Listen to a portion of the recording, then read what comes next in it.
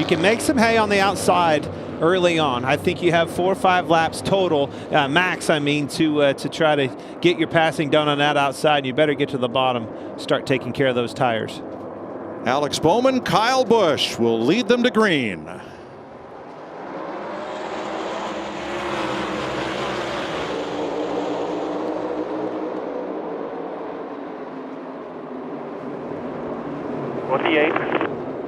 Still there, one trying to follow.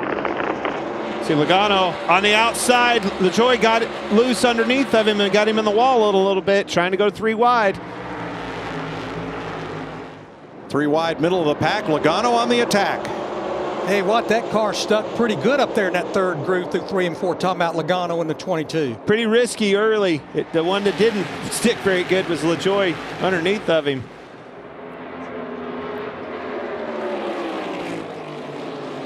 Here comes Byron for second on the inside of Kyle Busch. Think about what Martin Truex Jr. told us in the pre-race. He said every car you pass, your car drives better the closer it gets to the front. Yeah, I think that's exactly why you see somebody like Logano chancing that risky move 3 wide on the first corner. Pounce on it, get it early. Speaking of pouncing on it, boy, Chastain really drove it in the corner hard. Kyle got into his left rear right there, got him way sideways. That's because he took that line away from him. You need that real estate to move up the racetrack. You take that line away, that's exactly how you pass in Ross Chastain. And when that happened, who capitalized? Tyler Reddick dropped underneath both of them and made a pass. Kyle Busch can't get to the bottom, and he is paying the price. Started second. Here's the contact 1 lap ago. Well, you see Chastain rotate down, and as Kyle's coming up, he's coming down, taking that line away. They get into it the least little bit, and it really upset Kyle's car. Doesn't take much. Remember, no practice, no qualifying. So this race lined up according to the metric that rewards point standing position, finish in the last race, and fastest lap in the last race.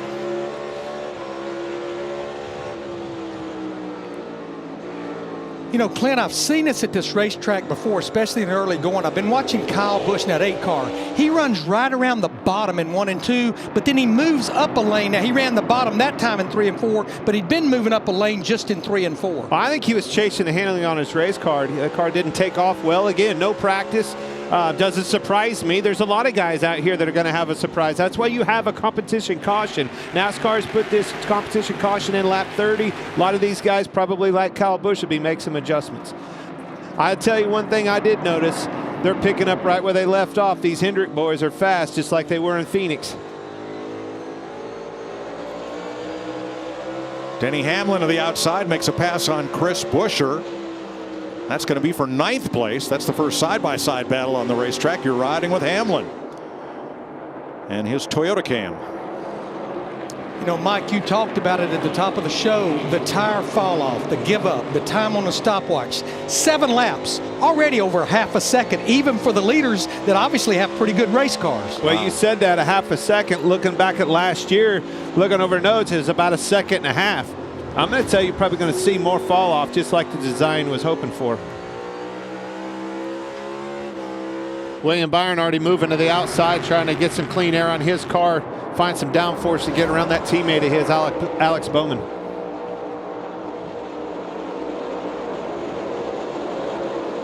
William Byron's been so fast this year. It's really kind of been a 2-horse race on these short tracks between him and his teammate, the other teammate, Kyle Larson. Kevin Harvick having a look under Chris Buescher. This is for 10th place. I think and for the lead, here comes Byron. This could be Byron's breakout season. He's always kind of been there, but I'm telling you, I think I look for him. I've already said it. I know it's bold, but I think he wins 6 to 8 races this year. His development has been very interesting to watch, Clint. We were pitted right next to him running Legends cars. He and my son and others there in the garage at Charlotte Motor Speedway Tuesday nights. And I don't think William learned a whole lot racing Legends cars because he was always the fastest qualifier. He always started out front. And in a whole season, he didn't have many cars to pass. And that kind of stayed with him through the K&N series and to the truck series. So he's been kind of late developing racecraft, but boy, he has done a heck of a job of it. He led 122 laps of this race last year and finished third. William Byron out front after 12 laps in Richmond.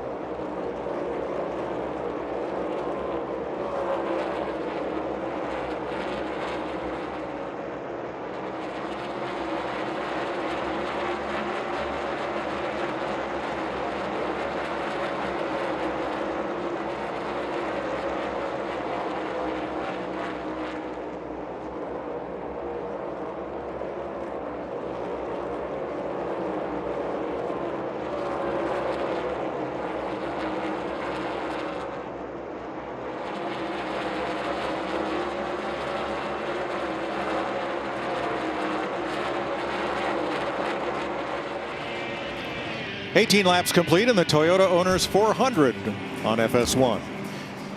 Today's aerial coverage provided by Goodyear, powering the race from green to checkered flag and every mile in between. Goodyear, more driven. Tell you what, this Stenhouse has found a groove on the outside. Way on the outside. Just drove back by Kyle Larson and... Well, this was earlier. This was earlier trying to pass him on the bottom. That didn't work out. Moved to the outside. He not only passed him back, Kyle Larson, he's passed Austin Cindric as well. And 1 lap later, this. All right, there's the track limits. They found it. Now he's putting it to use. And 1 lap later. Out of my way. Coming through. But he is running. It is the oddest looking groove at both ends, Clint, like you pointed out. But his lap times, I mean, he just keeps clicking them off here. Yeah, he's a tenth and a half faster than the field right now, other than Byron in the lead. And since he's done that, Briscoe, Jones, Gregson, and others have followed him up there, up into that super high groove. Jamie? Well, you guys were talking about William Byron and how good he's gotten on short tracks. Remember, last year he had the best short track average of 5th with a win at Martinsville, almost 1 year at Richmond, and to say that was a heartbreak would be an understatement. Right now, though, he says his car is pretty good, as you can imagine, under braking, just a little bit loose. Regan? Well, Jamie, Denny Hamlin, who won this race 1 year ago, started 11th. He's up to, or currently in 10th right now as he's battling. That race car has a lot of turn right now. In fact, too much turn. He is loose off the corners, something every crew chief wants to hear. But Chris Gabehart told me this morning he would have to be very careful not to over-adjust early on. He expects this track to go through some very big changes. Yeah, I mean, because the challenge that the crew chief has, if you fix the exit of the corner, you're going to hurt the turning in the middle. In the perfect world, you leave the center alone and just help the exit, which is a tough challenge. Well, we have 3 grooves. We even have a 4th groove. Austin Cindric, up in 3 and 4 on the last lap, was up within inches of the wall. And he's found a place that works for him. And Briscoe, I think, just got into the wall between 1 and 2.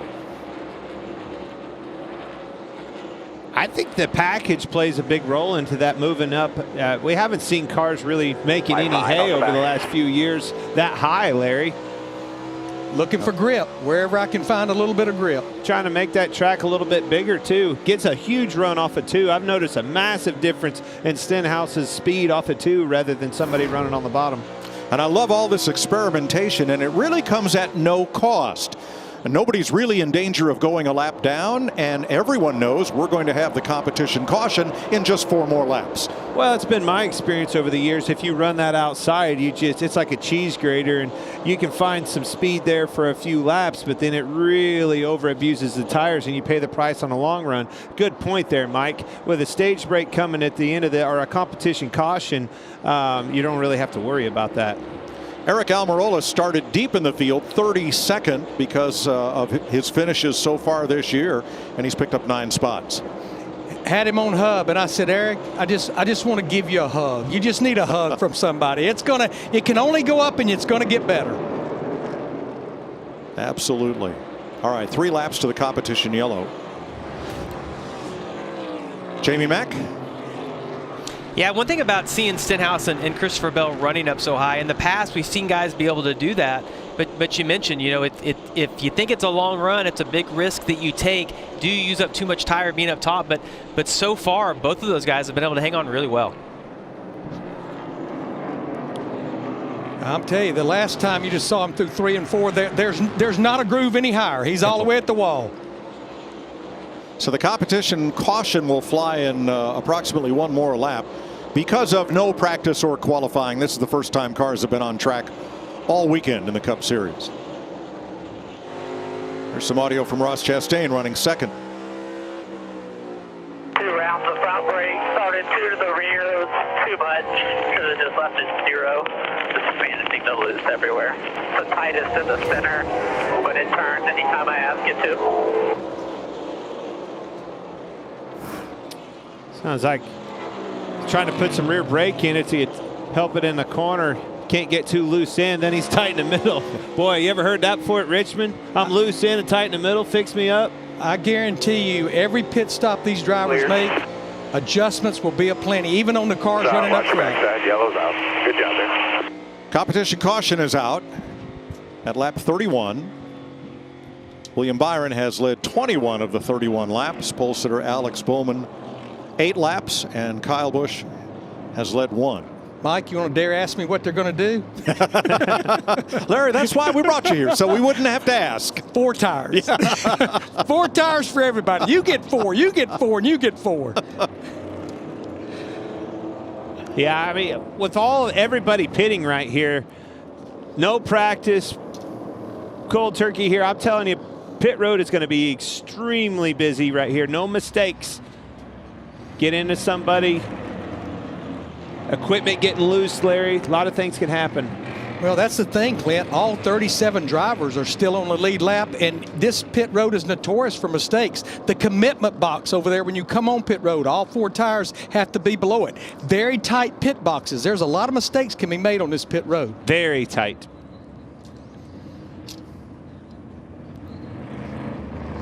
Yeah, and then it's the fact that it's on a curve, you know, trying to make that pit road speed all the way around there, matching the curves, not one, but both curves, down in 4, and then you see the other one around the bend in 1. Very tricky pit road. On the good side, the pit boxes are very wide, and pit road itself is very wide. In just 2 weeks, real football for real fans is back. The USFL season opening kickoff weekend starts the new season April 15th and 16th. Catch all the action on Fox, NBC, and FS1. Yeah, Mike, that's what's the difficult thing about these boxes, though. You said they're very wide. Yeah, they are, but they're also very, very short, yes. And that's the hardest part. I would rather have a narrow, long one than a wide, short one. It makes it very hard to get in with these cars that don't really turn sharp anyway, get pointed for an exit out. William Byron leads everybody onto pit road for 4 tires and fuel. Regan. Well, Tyler Reddick, your winner from 1 week ago. That car today is loose right now for him. In fact, a 5 out of 10 on the number scale loose. And the one car, Ross Chastain, actually started off a little bit tight, but it got looser as the run went on, and he felt like he was burning the rears off. Jamie? And the 24, William Byron, went from 3rd to 1st in a hurry. Said he's pretty good, just a little loose under braking air pressure. 4 tires here. The 48 of Alex Bowman. Too much brake pressure there. They adjusted the brake bias. It helped the car a little bit. Still bouncing, air pressure, 4 tires. Whoa, that was so close. Yes, it was. Here's the race off pit road, sponsored by Ram. Ross Chastain picks up 1 from William Byron. Alex Bowman gains 1 from Tyler Reddick. And Kyle Busch picks up 2 spots. Clint, you were right, though. When Chastain and Byron were leaving, other drivers were still driving in their pit boxes. That's right. First caution of the day is NASCAR's competition caution, so teams can check tire wear.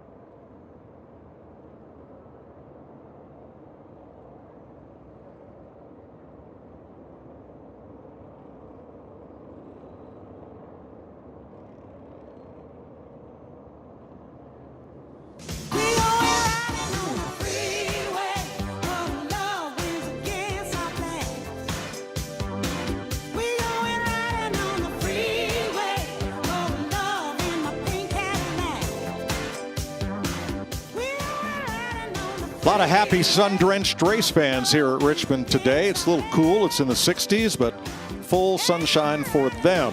It's not a sunny day for Ricky Stenhouse. He pitted from 5th with a fluid leak. They had the hood up for a long time and now put it down and send him back out. Michael Jordan in the house for 23-11. His partner Denny Hamlin will start at the tail end of the line. Too fast exiting pit road. First speeding penalty of the year for Hamlin. Oh no. He had 6 last year, and Stenhouse behind the wall. Also Todd Gilliland, equipment interference on pit road. He will start in the back, and Anthony Alfredo just made a second pit stop in this caution, so he'll start out back, and we will restart this time. Major setback for Stenhouse, having such a strong run, capitalizing on that good track position, good start that he had. Man, he had a good day going. You see the results of the choose upper left, and here they come to the Geico restart zone. We'll try to race to lap 70, the end of stage 1. Big block out of Bowman, trying to hold Kyle Busch back. 4 wide for 4th. There's that Logano hanging tough on the outside again. Same thing he did at the initial start of the race, and he's making it work right now. Still 3 wide through 3 and 4.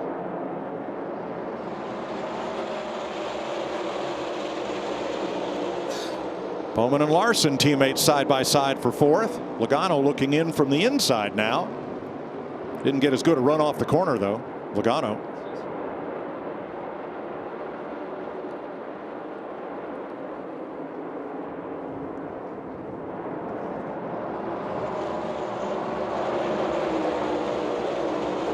Comes Larson on the outside of his teammate Bowman. Bowman didn't really take off good on the initial start either.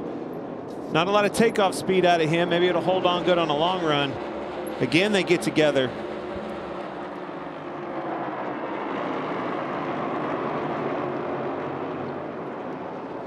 Daniel Suarez around the outside of Kyle Busch, and here comes Keselowski.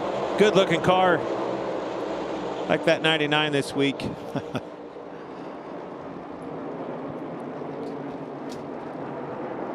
Logano keeps marching to the front. He's up to 5th now. And Bowman just cannot get settled in. And here comes Harvick to the inside.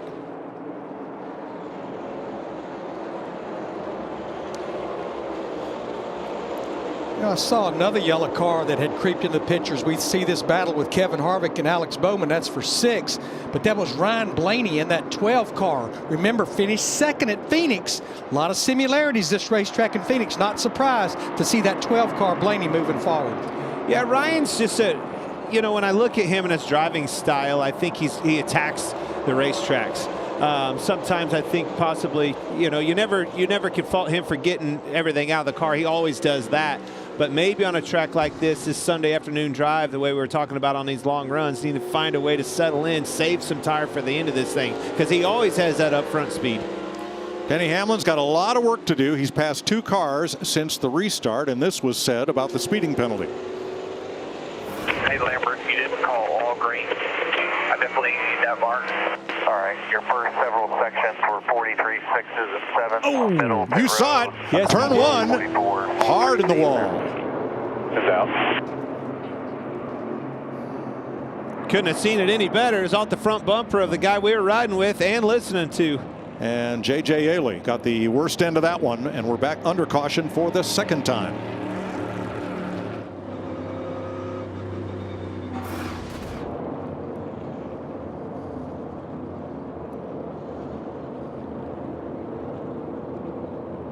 Yeah, that was very much on purpose. I don't know why, but very much so on purpose. Under caution, Denny Hamlin into J.J. Ailey.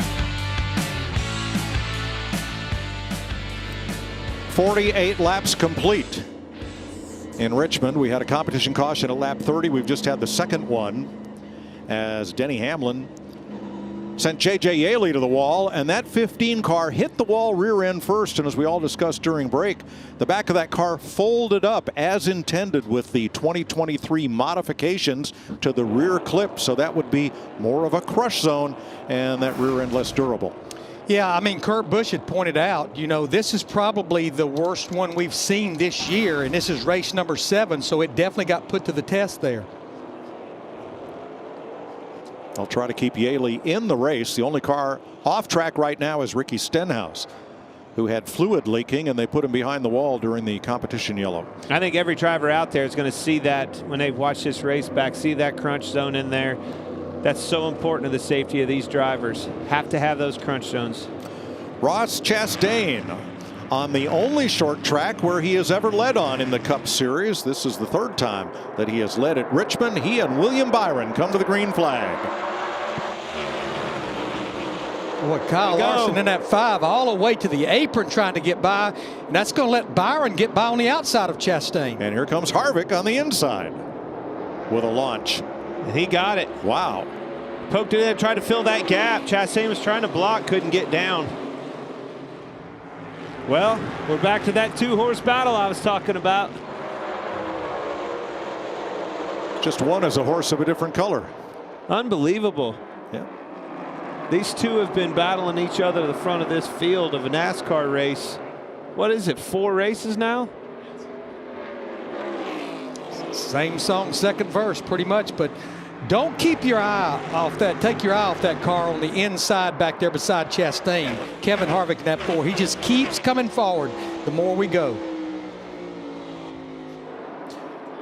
To your point, Larry, this is probably as far forward as he's been this early in a long time. Now, what's going on here? We had about a dozen cars that pitted for 4 fresh tires, and a lot of these cars are in this group right here, overtaking cars, even though there were only 6 laps on their tires. Gosh, Larry, you only have 10 sets. Smoke them while you got them, man. Okay. Especially if your car's not driving good. Right. 2 Fords, Logano outside of Keselowski for 7th place.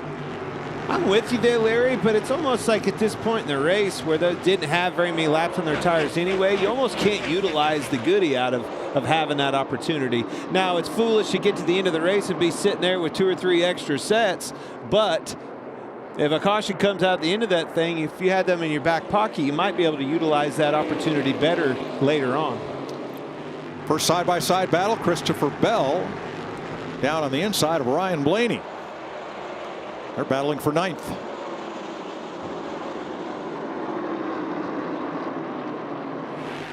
And right behind them, Chase Briscoe before the caution. Briscoe was up rim riding around the wall, and now with fresh tires, he's found his way to the bottom of the racetrack. 1 back a lane higher now, so by 1. There's the Ford onboard camera riding on the bumper of Ryan Blaney.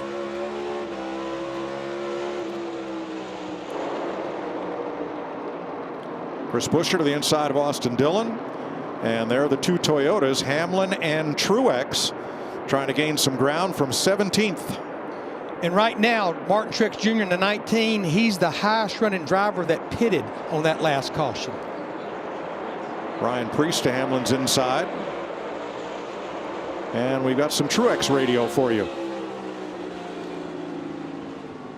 Anything that we can do is going to require us going to the back of the field, which is dead loss. And you're going to have to live with it, but it's not good. I don't know how you can't feel it, like when you guys are working on the car. Just sit here and wiggle the wheel to try to take out the play, and you can feel how tight it is. Talking about that steering again, still struggling with it. He knew as soon as he got in that car and started warming his tires up on the parade laps, he was in trouble. Fighting it out there, not liking what he feels in the steering.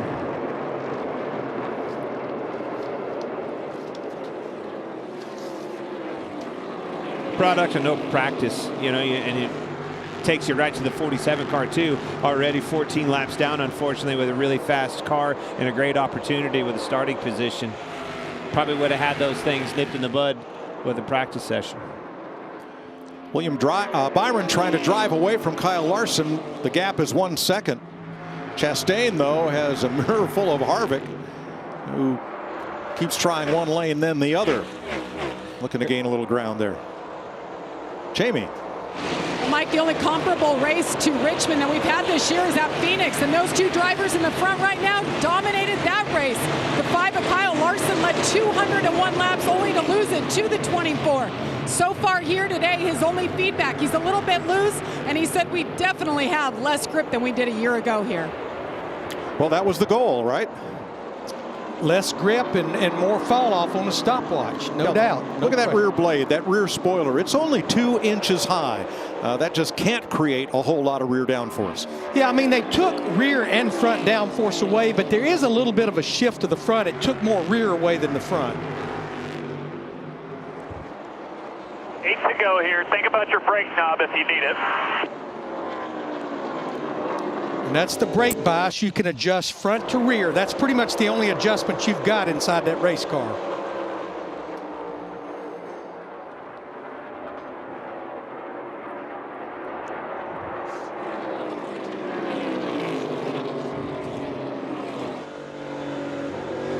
Chase Briscoe currently 12th, trying to battle for a stage point here.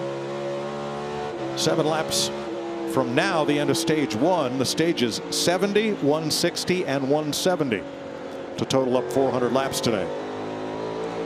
Christopher Bell 9th, Briscoe now 10th. Clint, as we anticipated, he's shifting on the front stretch, but not that shorter back stretch. Yeah, we've been seeing that. You know, with this car on racetracks like this, is an opportunity to be able to play with that a little bit and make a difference, and that's exactly how most of them have landed. Regan. Well, Mike, something else that we always fight when we come to Richmond is brake shake in the race cars, and 2 of our top 5 cars already complaining about that. Kevin Harvick in the 4 car and Tyler Reddick in the 45 car, 4th and 5th right now in the running order, both having issues with brake shake. Tyler Reddick saying his actually continually gets worse as the run goes, and he can't get rid of it at all. It comes as a product of these longer runs. As the track slows down, the lap times start coming down. You start utilizing the brakes a little bit less and less, and doing that cools those brakes off and starts pushing them back. Then they start vibrating.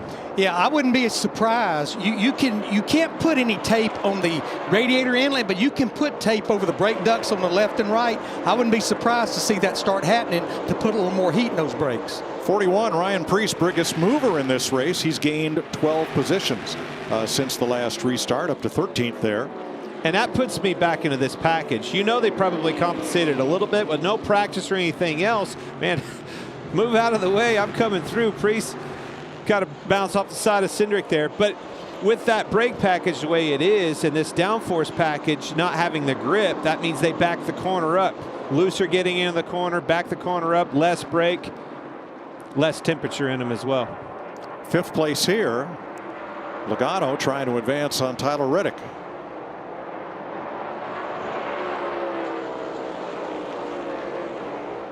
2 to go, stage 1. Every point matters.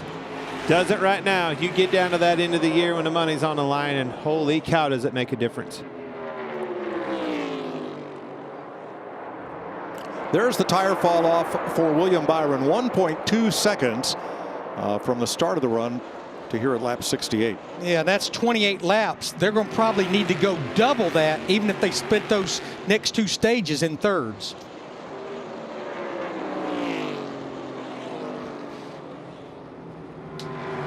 And once you start getting this race underway, that's when it really starts separating the men from the boys. This 30-lap runs like this, that's one thing. You start looking at a 50, 60, even if it went to the other way, a 70-lap run, now you're going to see who's got the speed, who has the grip.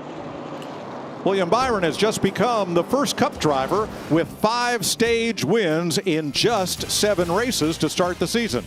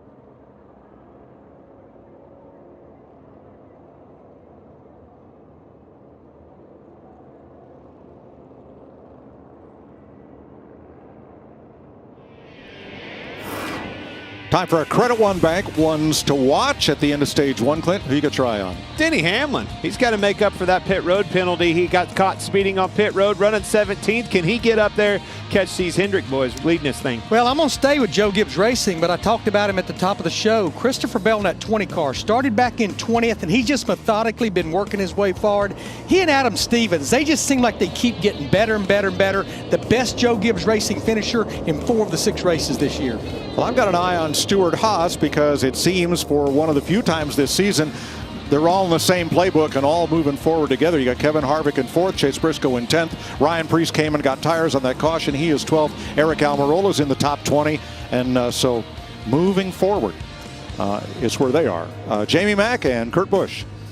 Well, Mike, I agree with you. I like the Stuart Haas cars as well. Kevin Harvick is the one that I have my eye on. Started 10th, slowly but methodically, working his way to the front. He's clearly going to be something we got to keep our eye on. One thing I've learned in the TV booth the last couple weeks, Mike Joy just picks a whole you can't card. pick the whole field. I thought we're supposed to pick one. I've got my eye on Chastain. He's already bumped into William Byron, my little brother, and he's good on these worn-out older tracks. So I'm keeping my eye on Chastain. Those are your Credit One Bank ones to watch here at the end of stage one. He is right, Mike. You took the whole organization 2 weeks in a row. I'm going to defend you. Dealing with us, you reserve that right. It does say ones to watch, so you're right. Not just one. You each make a pick, and then I get the field. I have to pick last. Here we go. Hey, Regan. Well, Mike, Kevin Harvick is having issues with the drive off in that race car. Pinpointed that is the biggest thing he wants fixed right now. The center's going to get better, he feels like. In the one of Ross Chastain, the rear grip goes away too quick. It starts to run good, but he's worried about long runs. Jamie?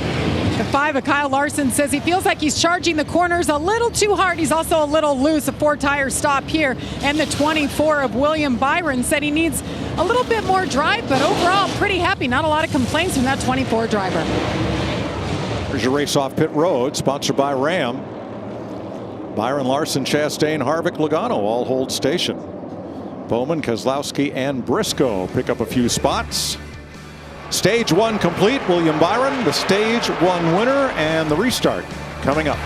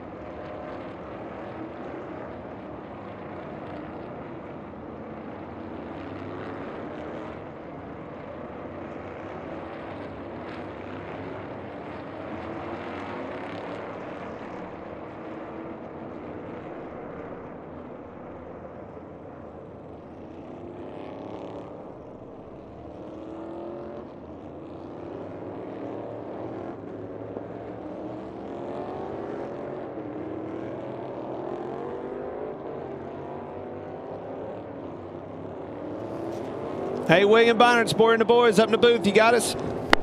Yeah, man, I got you. Man, what a race car you have here at Richmond. Cool racetrack, one of my favorites. How's it treating you out there?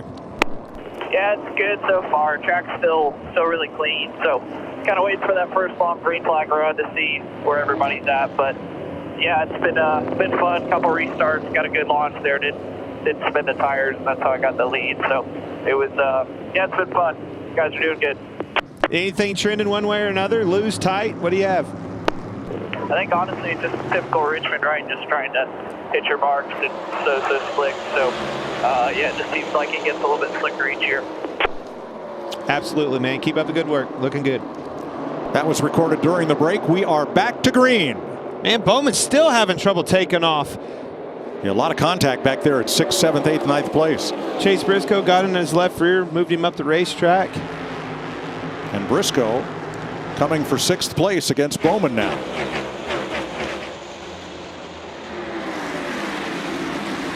I like what you said there, Mike, and I think you were spot on in the ones to watch, especially with that Stuart Haas camp. Briscoe being up there matching his teammate. You know, the last few weeks it's only been the four out of that camp that's shining. Good to see Briscoe up there having a good day. Ryan Blaney, who finished 11th in the stage, was too fast exiting pit road, had to restart in the back, and so did A.J. Allmendinger for speeding.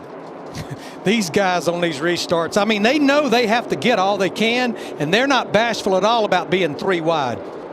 Well, it's almost a good opportunity, right? When they're 3 wide, and even if you're following them, you have to be able to take advantage of this closeness to the action right now. You see Ty Gibbs loose on the bottom. Watch the momentum on the top. Here comes Priest. Take advantage of that. You see a guy slip up, you have to pounce on it.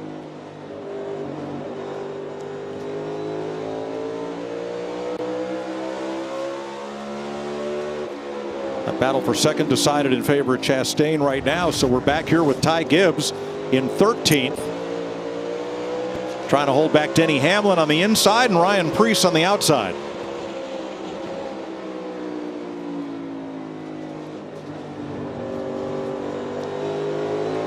You know, looking at Denny Hamlin, that 11 car, with this many cars on the lead lap, that's actually a pretty nice recovery in a very short time to make his way back to 15th.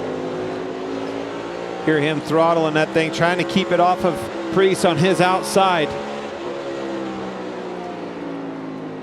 He's going to repay the favor. All right, I'll put you in that same scenario. Got to his outside. Now listen, now Priest is going to have trouble. He's going to have to lift. Priest had to lift in turn 2. Ty Gibbs didn't get off the corner well. I would think to make the moves early in these runs, you would want to be on the outside. You can hold his line, take it away from him on an exit, and make that pass.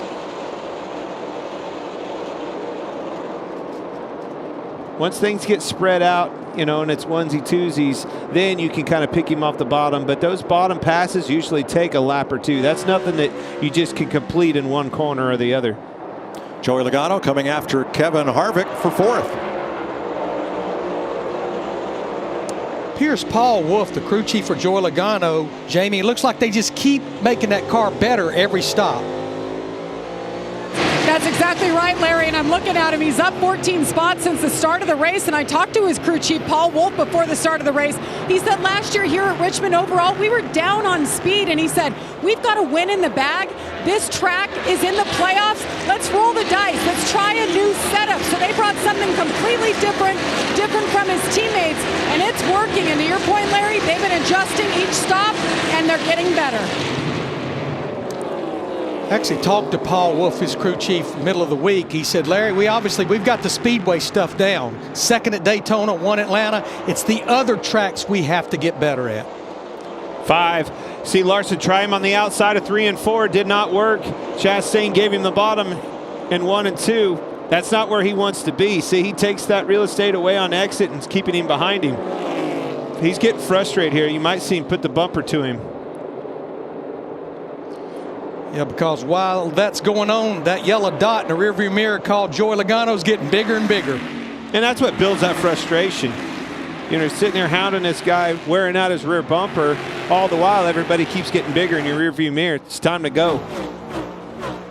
Made a good move to the outside. Next corner, he moves up and blocks him. 89 complete. William Byron has won 5 of the 6 races in which he has led at least this many laps. The only loss on that list right here last April.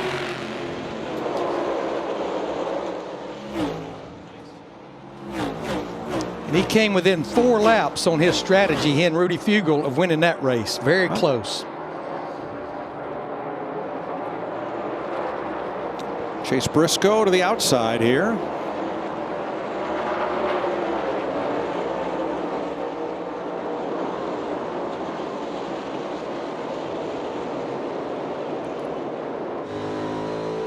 And Reddick clears him. Larry, this stage is more than twice as long as stage 1. So what do you expect here? Yeah, we went back racing, Mike, at lap 79. That's 151 laps to go. What I'm seeing on fall off and what we learned last year, I anticipate they're going to split this stage in third. Now, cautions will change that strategy, but we're going to go 50, 50, and 50. That'll be pitting about lap 130 and about lap 180. Okay. Why don't you reach down there and ask Michael what he'd do on that strategy? He's on that box. That guy likes to win. Why don't we ask the fans which of these drivers are going to have the best finish at the end of the race? That's one of Clint's Super 6 questions. Harvick, Larson, Busch, Hamlin, Truex, or Logano? There are no easy choices here. Not on that one. Free to play, folks. Fox Bet Super 6 app. Get on that app, put them picks in, come get my money. $5,000 on the line this weekend. It's always fun to see everybody interacting on social media with that. Pretty tough. What do you think, Larry? Around goes Josh Berry. Right here at the start-finish line. These cautions are getting interesting, Larry. Yes, they are. Yes, they are. That'll be number 4 for Berry going around. Takes me back to those guys that took those tires early in this race.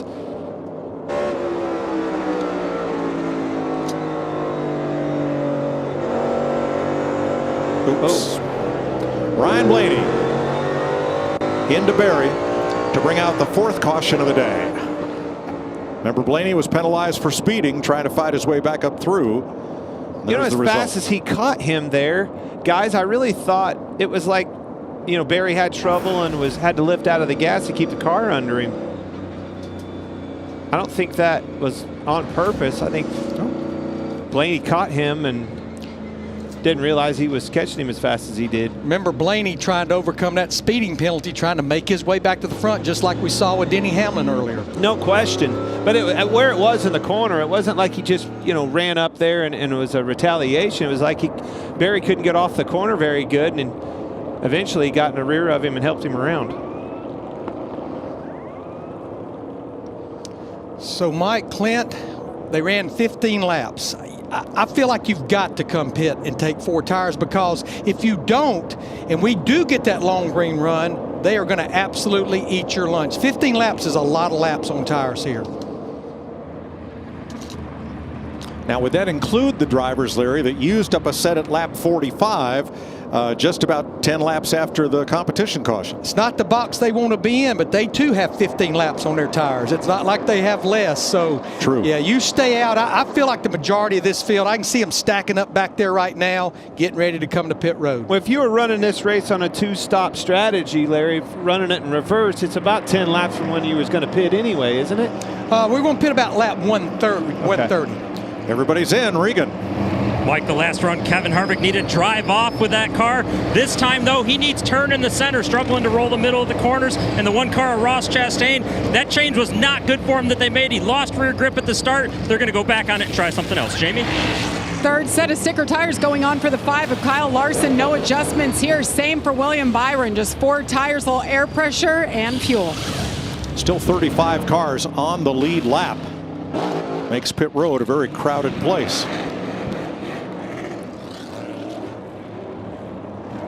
Byron out first. Larson picks up a spot, and Alex Bowman picks up 3.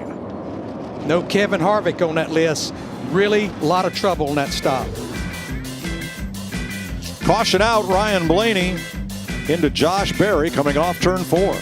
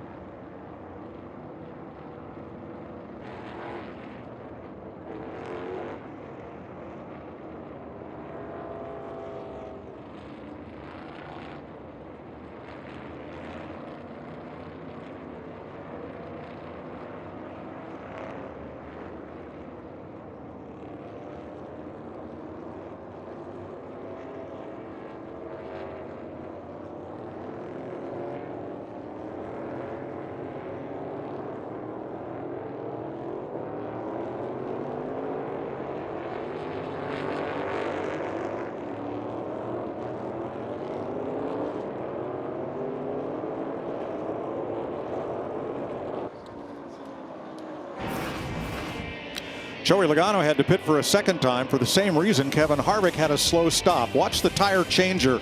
Now he loosens up that wheel, resets it on the hub to make sure that it's flush, and then tightens it.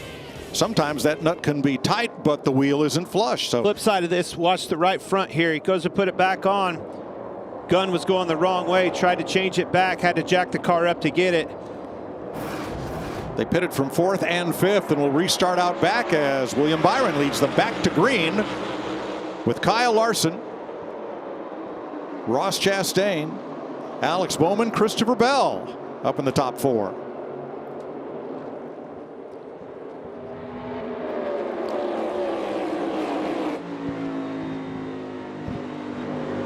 Three wide, Reddick on the outside, Briscoe on the bottom, Ty Gibbs the meat in that sandwich. Bottom of 3, bottom of 3. And Denny Hamlin trying to move up on the inside as they're 3 abreast.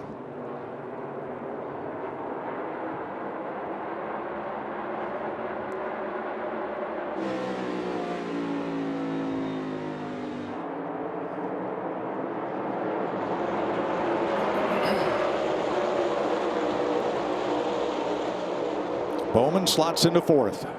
There's your guy, Larry. And Christopher Bell just keeps getting a little bit closer to the front. Closer he gets, better air that car has on it, better that baby's going to handle. They just keep chipping away at it. And right behind him, you see that Quaker State car, Daniel Suarez in that 99. Mike, that's what paid dividends from making that additional stop. It made him be able to make up a lot of ground, and now it's got him in the thick of things. What do you say? Let's talk to Rodney Childers, crew chief for Kevin Harvick. Rodney, Larry, Clint, and Mike up in the Fox booth. Looked like you got a good hot rod. I know you had a little bit of a hiccup on the stop there, but it looks like it's good and solid. Yeah, for sure. We've had a really good car all day long. And, you know, you hate for that stuff to happen on pit road, but, man, these guys have been lights out on pit road all year and done a good job for us. So, you know, we're just got to fight back up through there. If anybody can do it, that guy in that seat can. And hopefully we'll get a long run here and can see what we got.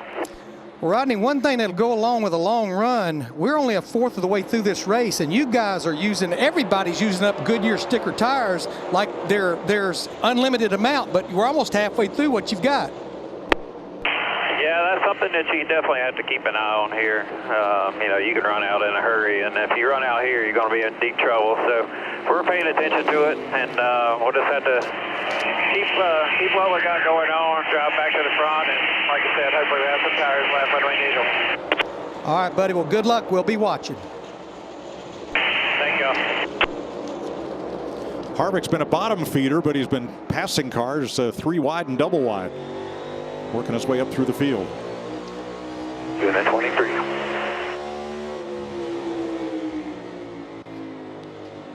Right where you're still there, still hanging, still there, door. Worst thing you can hear as a race car driver, on your right rear still hanging. Just go away already. You want to hear clean, clear. Still not clear off the 2. Finally. Clear, clear. There it is. And Harvick moves up to a hard-fought 14th. Well, Mike, what do you think? Let's do our subway right combination. In fact, we just chalked to Rodney Childers. He and Kevin Harvick. 2023 is their 10th season together. That's the longest driver-crew chief relationship in the Cup Series. They've won 37 races together and the 2014 Cup Series championship. Their last win was right here at Richmond last August. They finished second to Denny Hamlin a year ago. Their last 9 Richmond races, they have finished 8th or better, including 5 top 5s. I would say those numbers could certainly be the subway right combination for Kevin and Rodney to get that first win of the year in Kevin's final season. That's a subway right combination. You heard Rodney say, you know, how lights out his pit crew had been, as he called it, and they have. Second in the rankings on pit road, one of the best on pit road. Even they make mistakes every now and then. Maybe they'll have an opportunity to make that up later in the race. 11th place. Denny Hamlin on teammate rookie Ty Gibbs. Clear.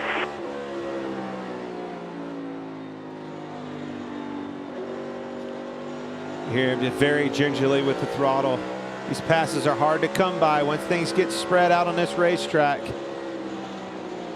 Takes laps to make these passes sometimes. A lot of patience.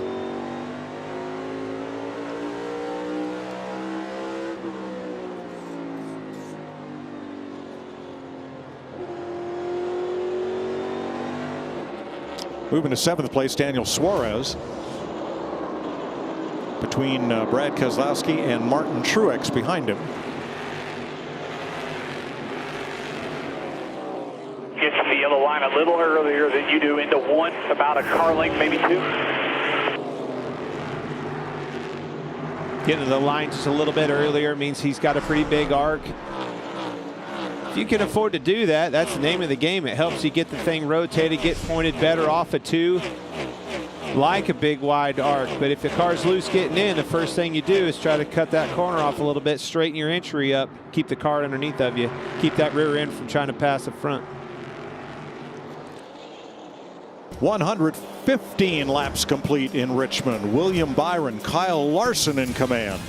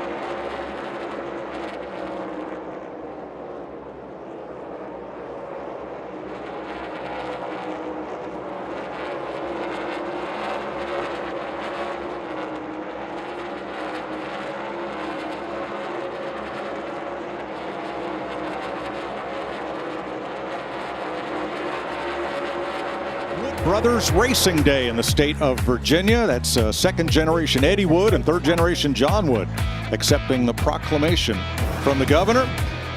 There is their current driver, Harrison Burton, in 22nd place. The Woods have 2 wins here. 1960 with Speedy Thompson and 1986 with Kyle Petty. It's Kyle's very first win, I think, first career win. Kyle Larson hunting the lead from his Hendrick teammate, William Byron.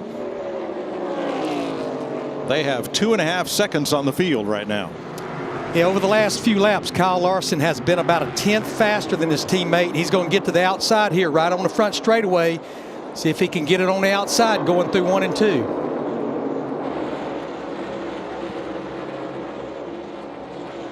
Quarter. Still there, quarter. I think he's going to. I don't think Byron's going to give him much of a fit here. Pretty impressive. Nobody else has been able to do that. Drive up and pass William Byron. These two have battled it out this year. Unbelievable. The performance in both of those cars, both of those teams. With this package in particular, this low downforce package, I don't know if it's fitting in their driving style, what they have going on, the balance of their cars. Thank God we've got the fact that it's not the louvers. We know that. Tired of that conversation. It's over. Right. It's still the same. Here's some 24 team audio. Last overall grip with these tires. Pretty tight, center 1 and 2. Drive isn't as good as the last run. Probably rushing throttle, get them tight. Less overall grip on these tires, not as good a drive off. And let me clarify something we said earlier about this appeal, saying NASCAR was not pleased with the result. They were pleased that the appeals board upheld that the parts that were on those cars did not meet spec and that there was a penalty. Their disappointment was in that their most persuasive penalty, taking points away from these teams, was not upheld. My disappointment, it's either a penalty or it's not a penalty. There's no in between the way the rule is written. And more to come. The Colleague penalty will be held, I believe, this week, and also Denny Hamlin has one under appeal of a different sort. You know, I want to go back to something Jamie Little reported about Joey Logano and making adjustments on that car. And that's very possibly what has happened to William Byron in that 24 car.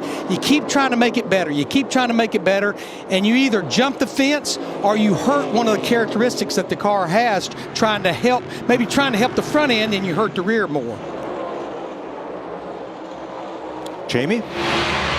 How about the 54 of Ty Gibbs, coming off 2 straight top 10 finishes here in his rookie season, running 10th right now. And I talked to Chris Gale, his crew chief, and he said, you know, the finishes have been great.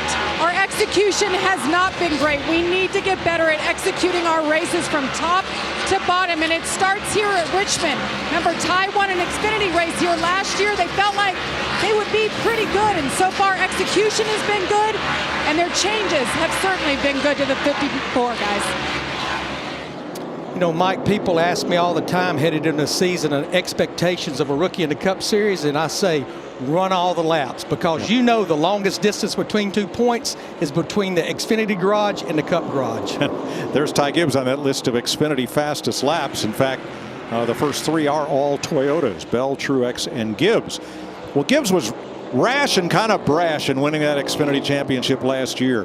But you're right, he is making a believer out of people as a rookie in the Cup season. He's done a very good job in this early season.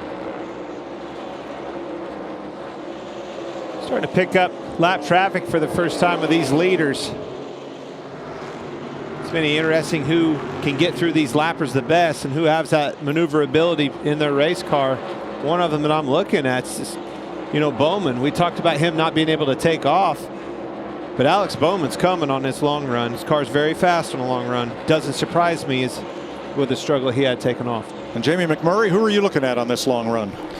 Well, yeah, guys, now is when we're going to see who has the long run car, who doesn't. Longest green flag run of the day. And I'm with Clint. Alex Bowman looks good. Christopher Bell. Those guys continuously seem to be about a tenth and a half quicker than what the leaders are. The other thing that stuck out to me is that Larson tracked down William Byron.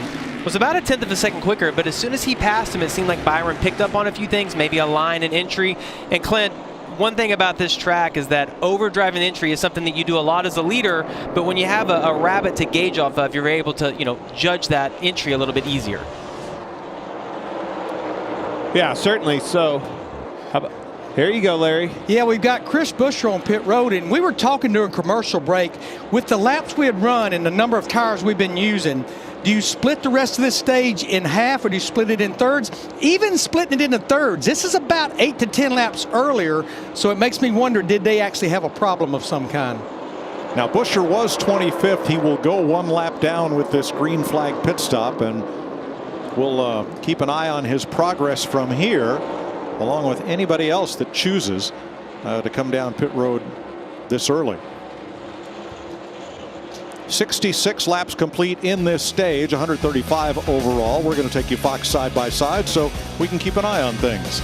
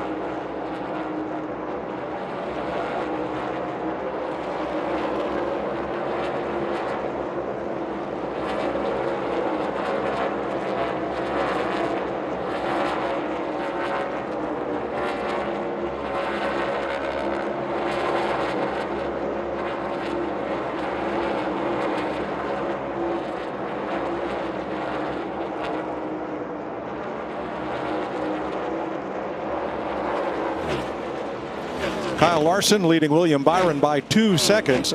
Chris Buescher came in and put on tires just before we went to break, and his Ford is now 3/4 of a second per lap faster than just about anybody else on the racetrack. Just saw Josh Berry in that 9 hit pit road.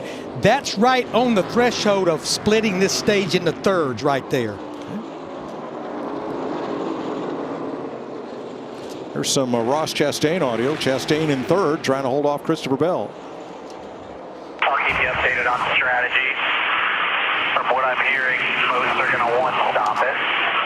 How many more is that? 37 on tires. So a one-stopper for most teams is what they're hearing up and down pit road. One more stop in this stage. And Mike, what that's going to require these drivers to do, they're going to have to run just north of 30 more laps in this run to get to that where you're just splitting it in half. But I always say, if you're going to stick to a plan, maybe try to come a little earlier and take advantage of those tires versus your competitors. Yeah, like Chris Buescher did, his lap times are still more than half a second faster than all the cars that have been out there. See that tightness that William was talking about earlier in 1 and 2 really starting to pick up, ratchet up big time. Chastain, Bell both coming on right on his rear bumper.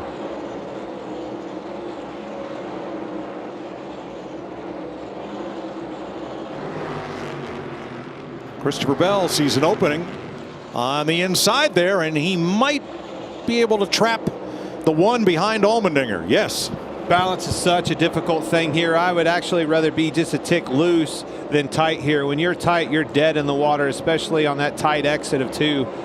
You have to wait so long on the throttle to get on it and let the car rotate before you can pick up the gas. Well, Chastain found room underneath Allmendinger and holds off Bell for the moment. That'll bring Alex Bowman closer to them, the 5th place car. 2nd through 5th, less than a second.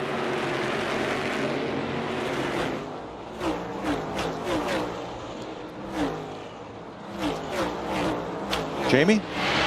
99 and Daniel Suarez has a new paint scheme, a new sponsor this weekend, but he has had his hands full. He just can't get down to the bottom of the track. You see him trying right there, trying to keep the left side tires on the paint, but he's got a bigger issue. He said he's got a vibration in the brakes. He thinks it's the rotor, so he's just trying to hang on once some more adjustments come in here soon. Yeah, there's not a lot of adjustments you can do to get rid of that problem right there. Again, maybe put some tape on the brake ducts to try to put some more heat in them. Chase Briscoe riding 11th. Kyle Larson, your leader now, out front by 2.5 seconds. We're going to break away now to be back for pit stops.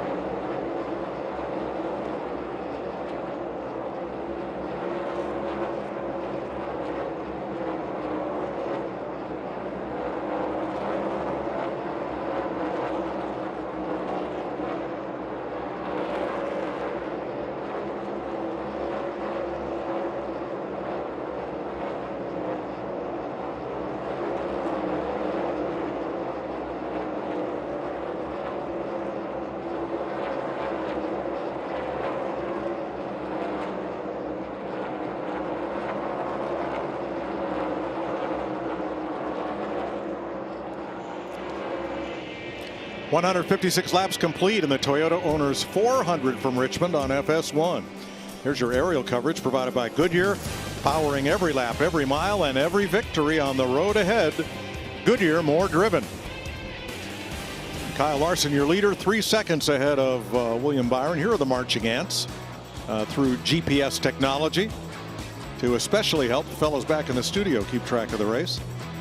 And in the production truck, we just saw Tyler Reddick on pit road, Larry. Yeah, this is, the window is opening. You see Truex in the 19 there. This is making it that one-stop race right there, one stop during this stage. You nailed it. Here they all come. Truex, Kyle Busch is on the way. Regan. Mike Martin Truex still fighting with that steering issue as he has been all day long. Race car as it's handling, too loose, too in and off of the corners right now. Jamie. You see Kyle Busch in the 8 making his way down. He's like, on takeoff, I feel like, all right, we got it. We're where we need to be. And then it just gets numb and it falls off. So more changes here. Air pressure for Kyle Busch. And you see the chassis adjustment there. Christopher Bell getting 4. Comes Kyle Larson, 5. He's our leader. He could not sit out there and watch these guys come in and get these 4 fresh tires. Chastain as well. Back to Regan. Ross Chastain, this whole run has been managing his rear tires. It's been an issue for them all day long. He's trying to fix it from the driver's seat and keep those tires underneath him better. Jamie? Kyle Larson been pretty good here. No complaints on the 5 car, just 4 tires here. William Byron, same thing. Oh, in contact. Kyle Larson in the 5.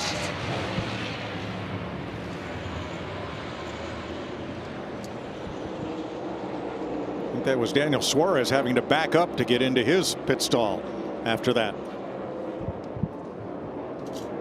Green flag stops continue. Here's Eric Almirola in.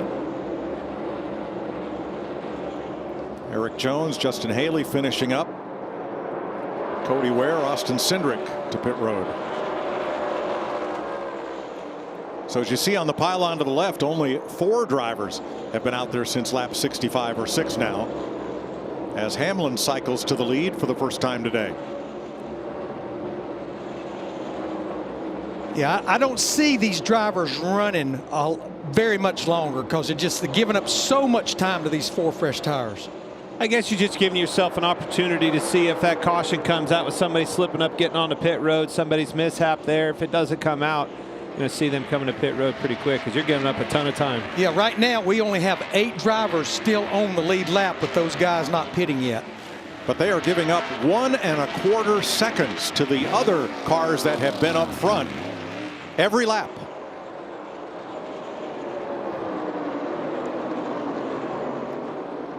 Austin Dillon in. Here comes Ryan Blaney.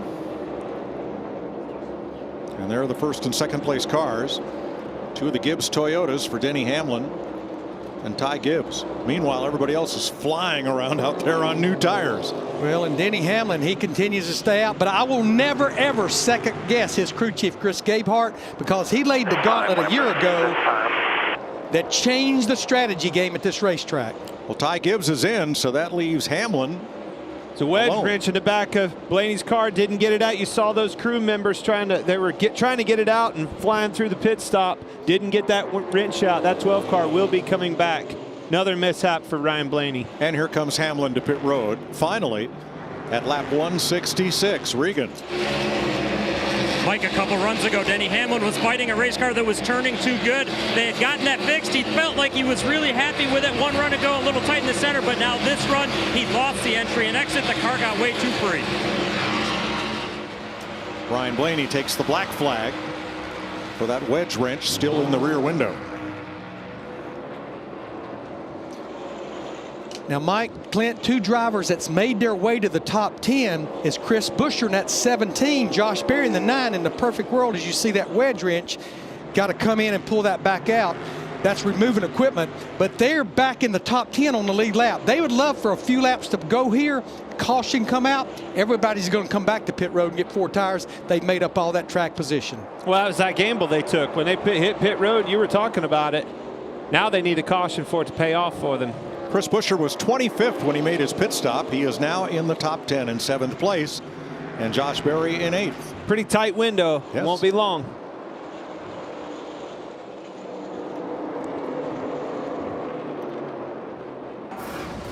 Boy, we've had a day of pit road issues.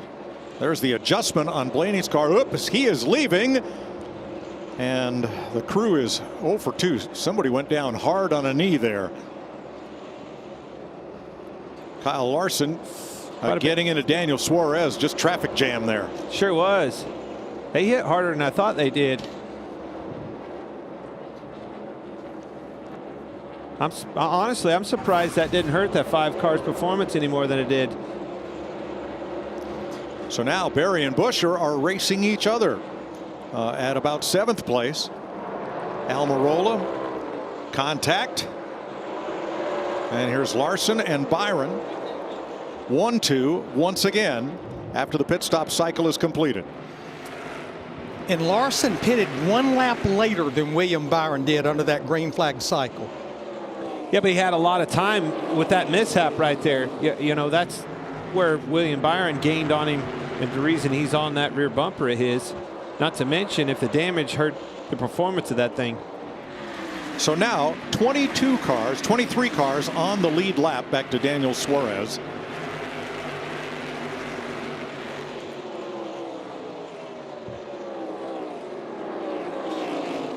So they were trying to make a wedge adjustment on Ryan Blaney's car. Here's Larry and the Toyota Cutaway car with more. Yeah, you hear Jamie and Regan reporting all the time. This team's taking wedge in, this team's taking wedge out. Let's go to our Toyota Cutaway car. Let's talk about the rear wedge adjustment. It can happen in 2 different places. On the left rear of the car, on the right rear of the car. You can crank down on either one of those jack boats, or you can back off, and that's either taking wedge in or wedge out. But how it works now with the coilover spring is you're pushing or pulling all. Now, if you put more pressure on the left rear, that puts wedge in to tighten it up. If you put pressure down on the right rear, that takes wedge out. That's if your car's too tight, and that's not what you want to have. That wrench needs to come back out, or you're going to have that penalty like Ryan Blaney did.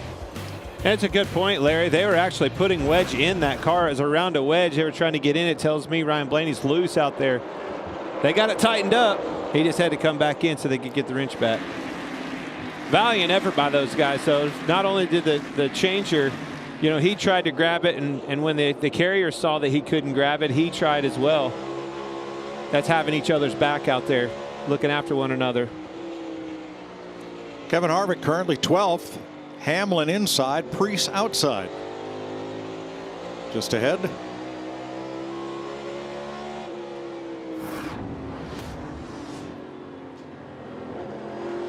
And looking back at that group from Denny Hamlin.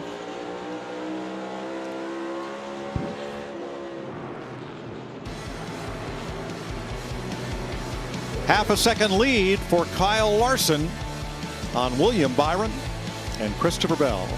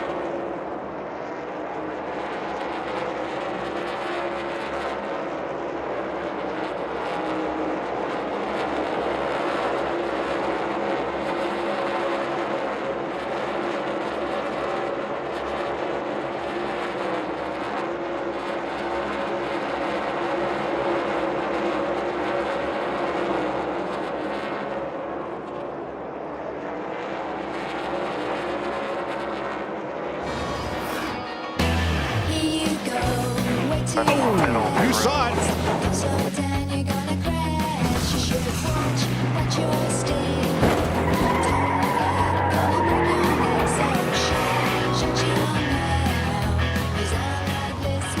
Check out those gloves there Ryan Blaney had on as the fans are enjoying it here in the stands at Richmond.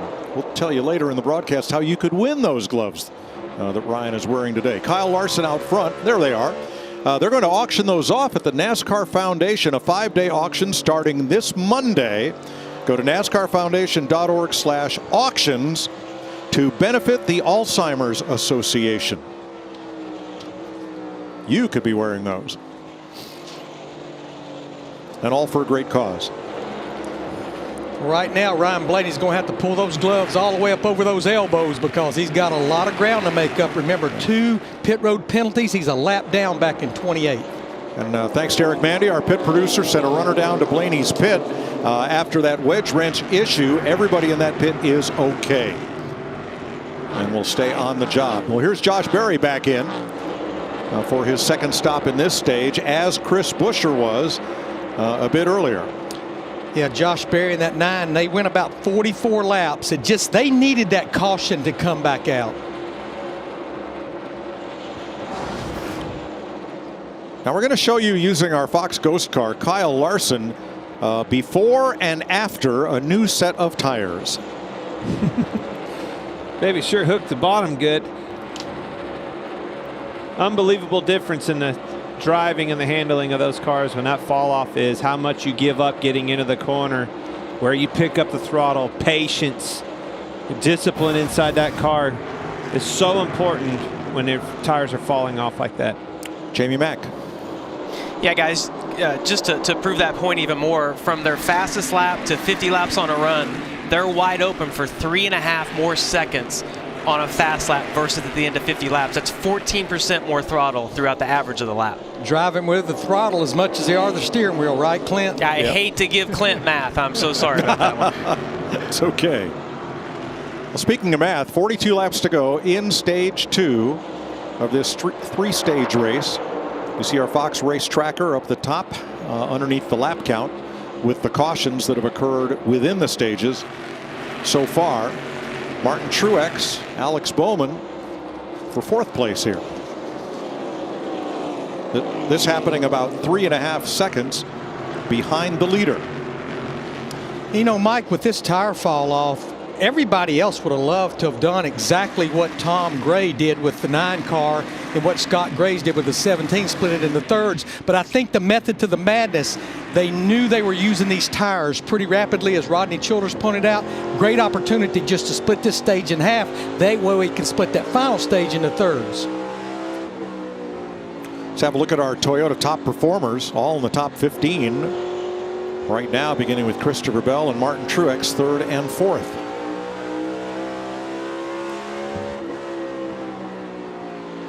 Hear how much he's out of the throttle, letting that car roll.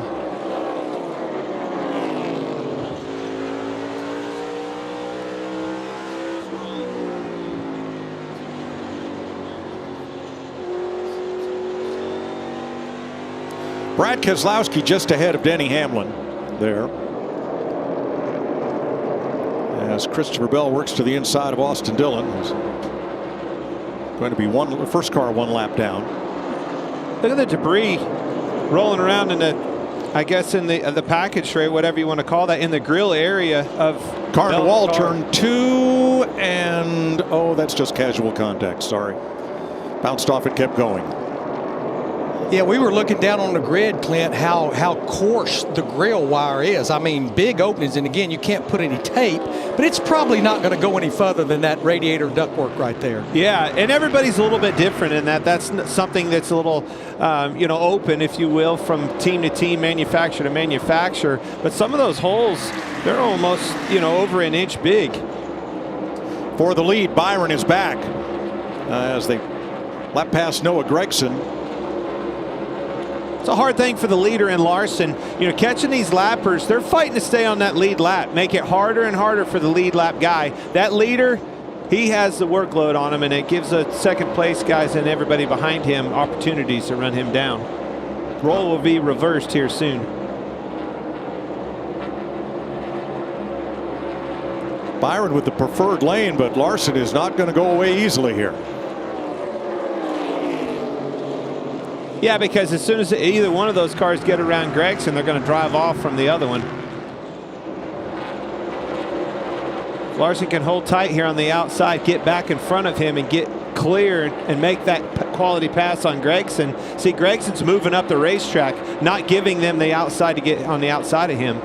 And that red car, number 20, Christopher Bell, this is going on side by side catching lap traffic. He is right there with him now. That's exactly what I was talking about. And also, look at Gregson driving away from him. Let's listen in on Larson's radio. I don't know what's wrong, but I'm just like tight now. Tight center, snap loose off. 10 forward, just hold on. The fender's knocked in on the right front. That's what you're doing. You're clear. Car's gone tight in the center, and they're saying it's due to damage to the right front corner of the fender. Yeah, when he got into Suarez on that pit road, I thought, man, it hit him so hard that it threw the car sideways. That was a lot harder than I initially thought when I saw it out the window. When you don't have a lot of downforce, a little bit ends up being a lot the way the car drives. Christopher Bell to second. Oh, Larson, the car just washed away on him there. The car that was up in the wall in turn 2 several laps ago, that was Kyle Busch, and all he did was just buff the white letters off the tires. Everything is okay as we go Fox side by side.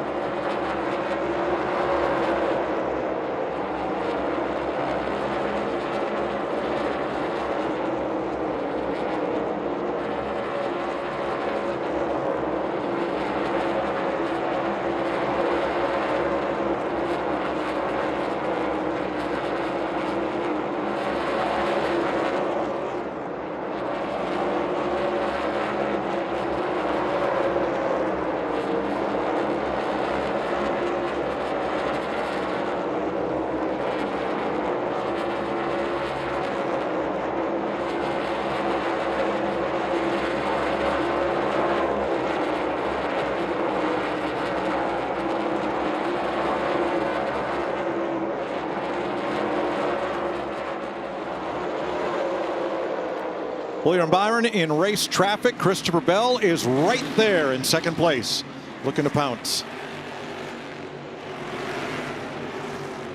Breaks it outside. Eric Jones just ahead, and a little contact. Jones there with Harrison Burton, trying to get out of the way and nowhere to hide.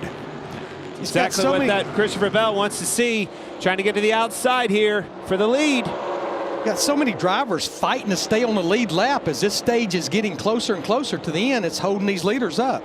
There's the opportunity. Harrison Burton choked down that leader. Byron got to his outside. Whoa, whoa, opportunity knocks. And Bell knocks on Burton's rear bumper and opens a lane for the leader, Byron, on the bottom, and here they all come. Both sides, both sides, both sides. Man, that almost worked perfect. It still did, but he used that pick of the lapper and Harrison Burton perfectly. That was a great move, slick move by Bell. Not over. Byron right back to the bottom, even with him. Going to try to pin him behind the lap car. Gregson, not going to happen. Christopher Bell to the lead. Who's loving it is Martin Truex Jr. in that 19 car. He is closed right up to this group here. You see him right there on the outside of Harrison Burton in the 21. Both Truex and Hamlin are coming to the front. Just keep talking about these Gibbs cars, because if you're in a Gibbs car, you're moving to the front. Cars are making a lot of grip. Jamie Mack.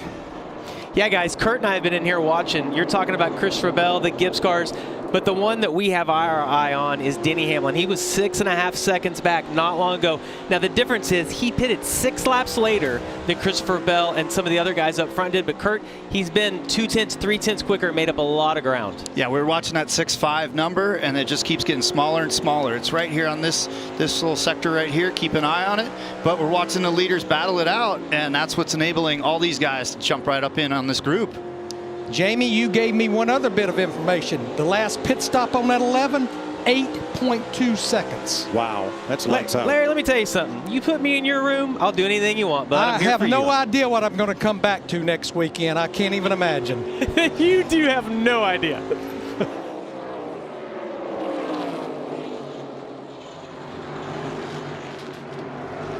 William Byron was not happy with Harrison Burton on that exchange that you saw where Byron lost the lead to Christopher Bell. What the 21 doing? No idea why he changed lane. Just stay locked in for us, bud. Stay locked in. You'll go get him. I knew he was going to be frustrated with that, and it's exactly what he did. He was trying to, he moved down, blocked him right here, enabling Bell to get to Byron's outside. He's racing to stay on the lead lap is what he's doing. But then when he gets over here, he moves up. Tries to let those guys go to his inside. Understood that they were on his bumper and he was in the way. It won't be the last time that frustration happens. So Gregson, he gave the 5 car a fit, ended up driving off from him. Him being on the outside makes it tough to make those passes. How about Eric Jones there in the 43? He's got that Air Force Thunderbirds paint scheme on the car this year as they try to recruit 26,000 new Air Force recruits this year, and one of their ways of doing it is being on that 43 car. Yeah, awesome paint scheme.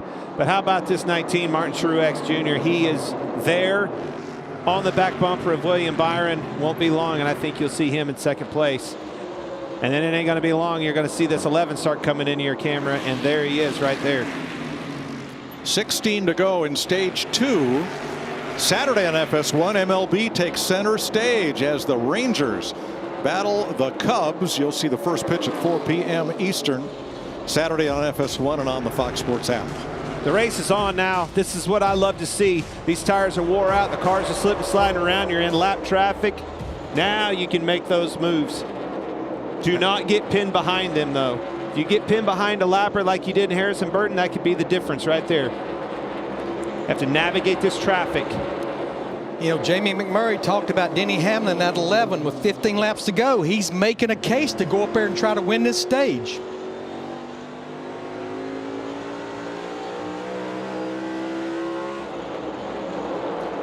A little further back for 6th place, Chastain and Bowman. Then Keselowski, Harvick, and Gibbs round out the top 10 right now.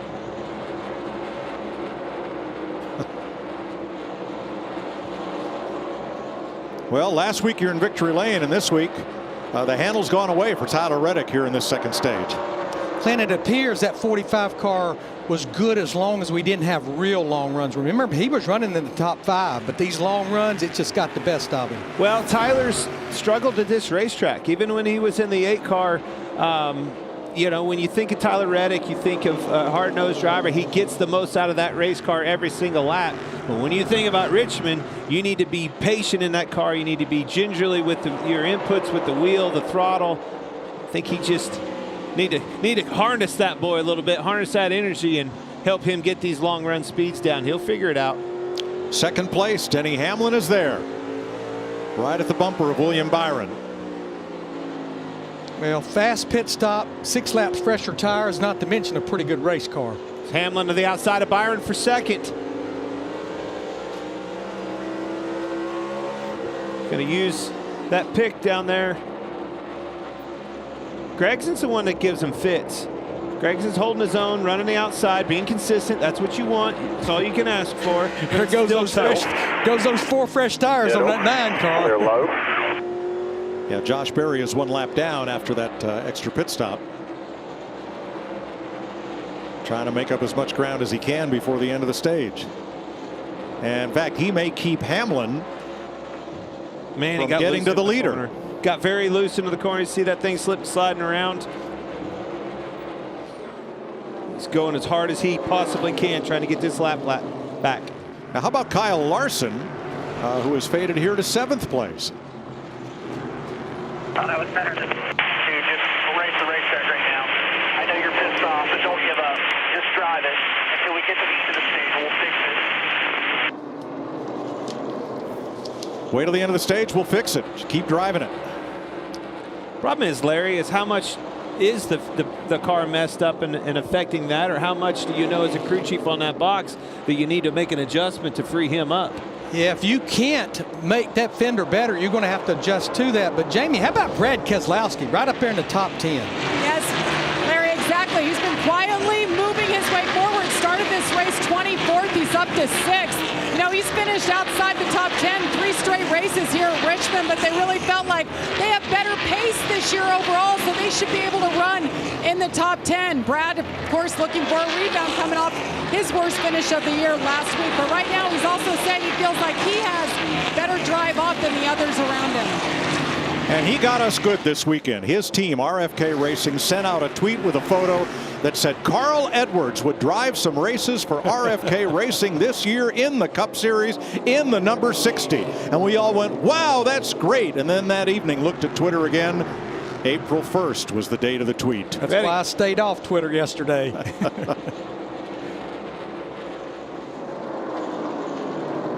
Good run for Brad in 6th. I think Reddick's got a problem on the outside. Saw him slide way up the racetrack right in front of that last group. They're very, very loose. Denny Hamlin, 4 laps to go in the stage, and he lacks 0.6 of a second of getting to his teammate Christopher Bell for the lead. Good thing for Josh Berry in that 9. We've been documenting his journey in this stage. He just drove by Christopher Bell in the 20. That puts him back on the lead lap. So that strategy worked well. At least for staying on the lead lap, absolutely. Because we only have 19 cars on the lead lap. He is well up above where he would have run, we predict, on the same strategy as everybody else. And Chris Buescher, the other driver on the alternate strategy, has gone 2 laps down. I think if he gets to his outside, he may have a chance. Bell's not going to let him, though. You see Bell move up, give him that inside. It's exactly what I would do. See, and now he can't keep the car underneath of him. Gets loose and you drive off from him. That's textbook Richmond racing right there. Bell slides up, though. Got a little loose there. You're going to see big run coming off. Will they go under him or try to get to his outside? There will be lapped cars ahead before the end of this stage for the leaders. Hamlin to the bottom. Got that thing rotated. He's just getting it rotated and able to put the throttle down so much earlier than Bell can. See his discipline getting into the corner, though. Lifted early. Gets the car rotated, and he's going to get clear here. Yeah, Clint, that tells me how good that car is. You mentioned it in 3 and 4. He was able to turn that thing down. A lot of times it'll snap loose, but he was able to still get that good drive off the corner. Well, on the flip side of that, look at Bell. Bell was still waiting on his car to rotate. The front end was not turning for him tight. William Byron 3rd, a 2.5 back. Truex 4th, Chastain 5th. 3 Toyotas, 2 Chevys in the top 5 here on the final lap of stage 2.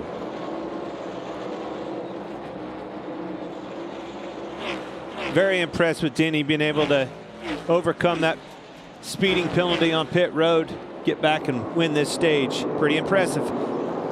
Hard to believe, but it is the first stage win for a Joe Gibbs Toyota this season. Denny Hamlin wins stage 2.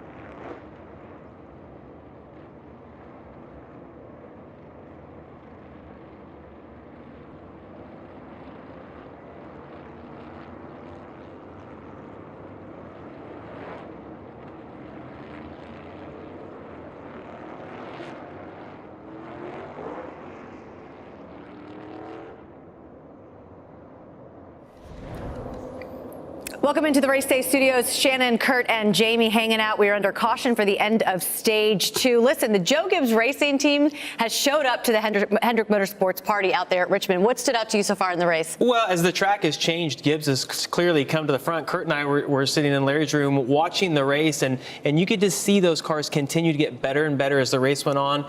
Denny pitted that little bit later, and it was able to put him out to be able to win that second stage. They put themselves in a position to win now. That was amazing to see, just 6 laps on a set of tires, and then his patience. Denny's front slip angle on the way he drives at Richmond, it's like no other. So that was execution as a driver after serving a pit road speeding penalty. That's right. Restarted 35th. I know you just mentioned that, Clint, but really good run for Denny Hamlin, who's, by the way, pretty good at this racetrack, Mike. Yes, he is. In fact, he was 15 seconds behind the leader after his pit stop at lap 166, and 64 laps later won the stage. In just 2 weeks, Real Football for Real Fans is back. It's the USFL season opening kickoff weekend. April 15th and 16th, you'll see it on Fox, NBC, and FS1.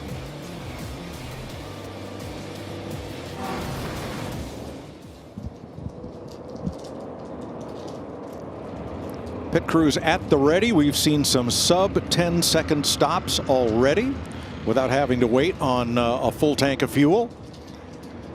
That is incredible. All about getting those 4 tires on there. But now we're to the point, we've seen the penalties with Hamlin, with Blaney. You better not have any more of those. It'll be tough to overcome it. Denny had it happen early enough. He could overcome it with a fast race car. Yeah, I'll give you one mulligan. He spent his. No more of those. Especially if you got a car like his that's capable of winning this race. Do not beat yourself.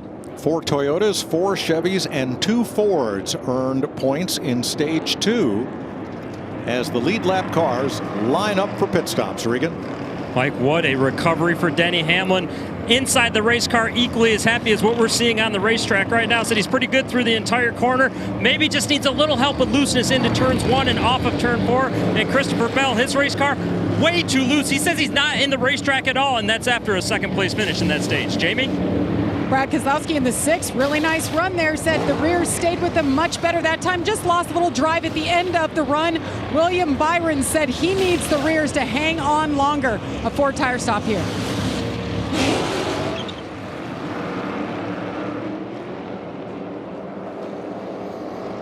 Hamlin, Byron, Truex quickly off pit road. And Bowman picks up a couple of spots.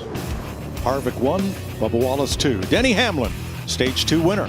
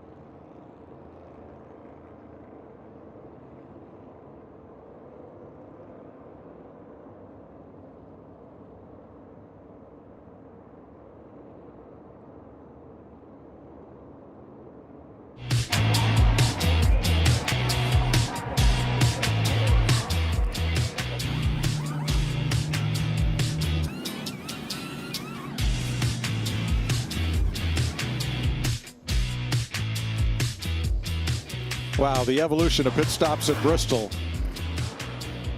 which started out as a half-mile dirt track, then went to asphalt, and now it's a 3/4 mile. William Byron just 2 points shy of maxing out on stage points today. Here's who scored the most. Hamlin getting points only in stage 2. Last week, as they come to the choose, a very strange thing happened. No driver who earned stage points in stage 1 got any stage points in stage 2. 20 different drivers picked up stage points at Circuit of the Americas last week.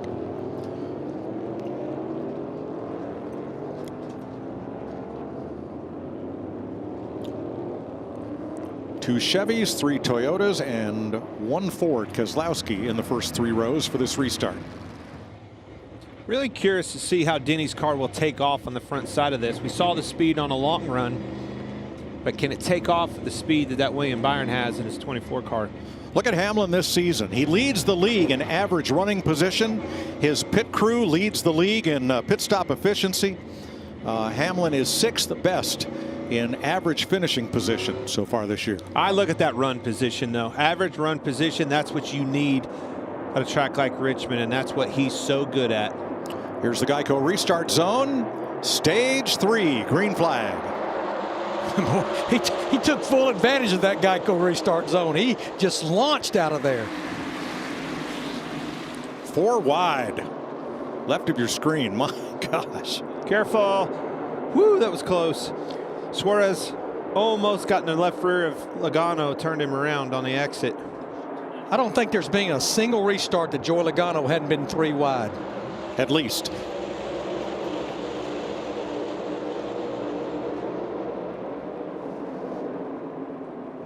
That's battling back at 15th, 16th place.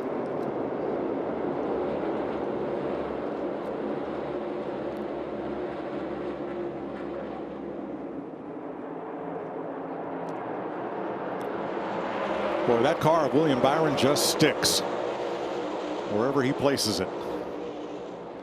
Yes, it does, but I think he's got all he can handle from these Gibbs boys today.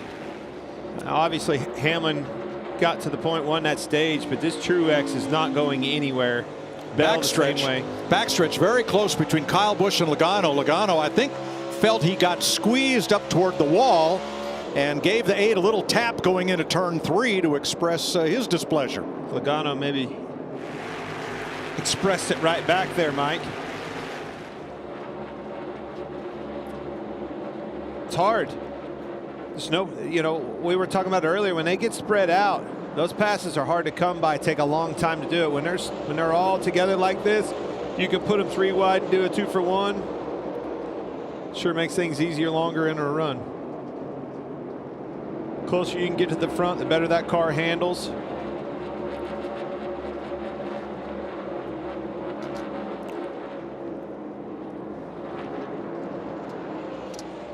Look at that. Outside again. Oh, not quite. Racing hard for 16th. Let's update the Coca-Cola Racing family of drivers for you with 155 to go here in Richmond. Denny Hamlin, your leader. Logano, Suarez on the lead lap. Austin Dillon in the free pass position. Keselowski having trouble in the front straightaway. I think his car's laying down. Jamie? And Clint, I was just going to update the 6 at Keselowski right before we went green again. He said, guys, I keep popping out of 4th gear as they brought it down for that caution. And he said, I don't know what's going to happen on the restart. So he warned Ross Chastain he may have a problem. So maybe it's bigger than just 4th gear popping out. But we're keeping an eye on it. Clint, I can't remember since we went to this sequential shifter hearing that it was popping out of gear. We just hadn't heard it. No, very different to hear that. But I noticed it right off the bat. It definitely popped out of gear. I thought the car quit. Explains a lot. So, Larry, since the gears are sequential like in a motorcycle gearbox, if it was an H pattern, one of the old 4-speeds, if you popped out of 4th gear, you'd pop to neutral. What happens in these when you pop out of 4th gear? Yeah, I mean, you either go to 5th or to 3rd. There's no in between there. Well, the question is, you're going to have to, how do you fix it? Okay, you're going to have to stay in 5th gear or get to a gear that's not popping out of gear, and that's going to hurt the speed and the success on this racetrack. Obviously has it back going there. Downshifted, got to the throttle. Yeah, with 4th gear in the H pattern, hook the bungee cord on it and hold it in there. That's exactly what I was going to say. And years prior, Mike, you would actually just keep your hand on that thing to keep it from popping out. Do everything you could do. Heck, the old boys here, they used to put a bungee cord on. Every car I got in, first in my career, had a bungee cord hanging next to the gear shifter. I'm like, what is this for?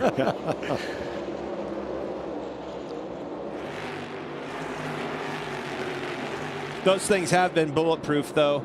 I mean, as many shift as we do, Larry, looking back last week at COTA, if you went to a race like that with 20 corners and shifting like they did in years past with that old 4-speed, somebody was going to have transmission trouble. No doubt.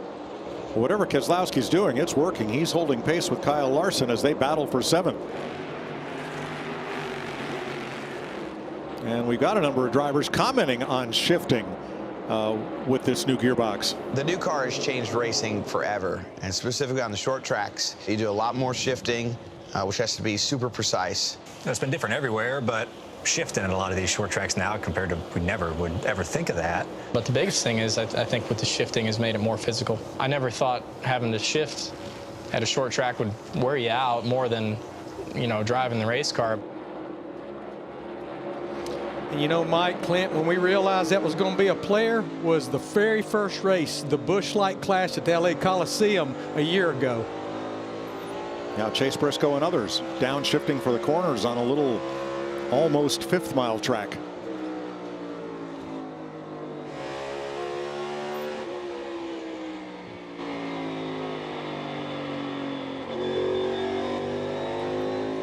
Harvick has been the best part of the Fords much of the day, as you watch the driver's eye camera from his Hunt Brothers Pizza Ford. Looking at Kevin, and again, I've been a teammate of Kevin's for a long time, watching where he's placing his hands. No longer hooking that thumb on the spoke, if you will, of the steering wheel.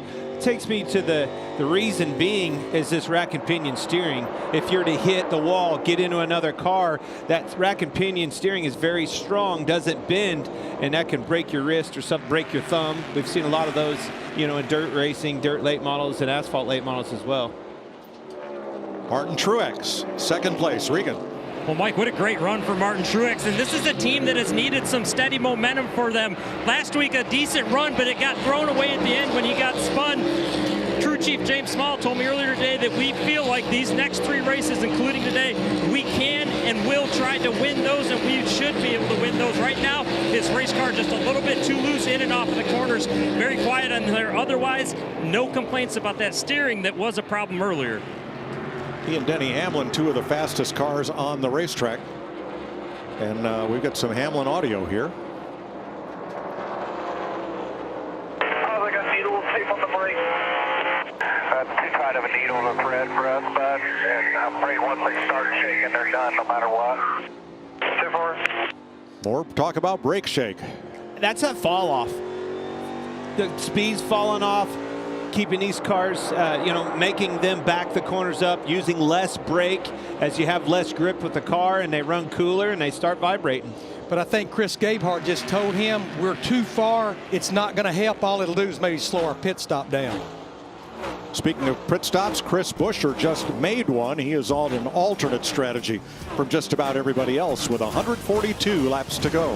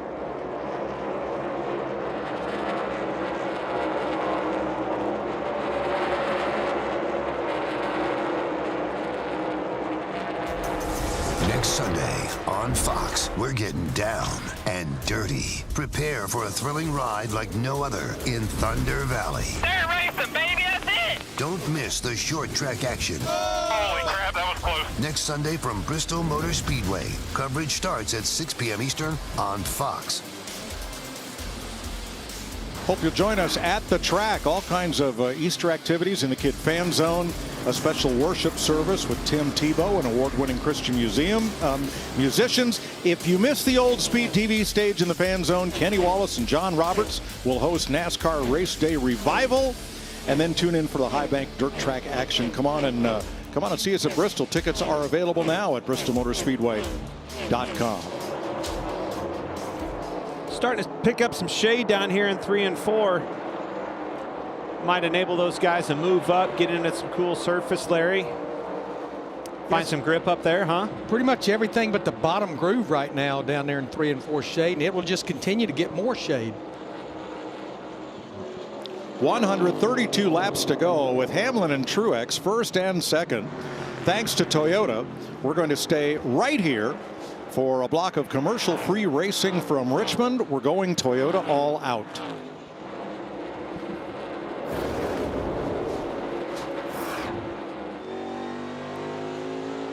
Their lap times have been within half a tenth of each other for much of this green flag run, with Truex just about stalking Hamlin for the lead.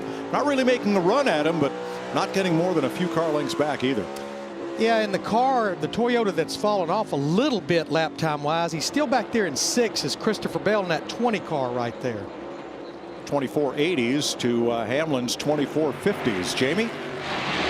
I've been watching Bubba Wallace in the 23. He's gained 17 positions since the start of the race. He's teetering on that 10th place right now.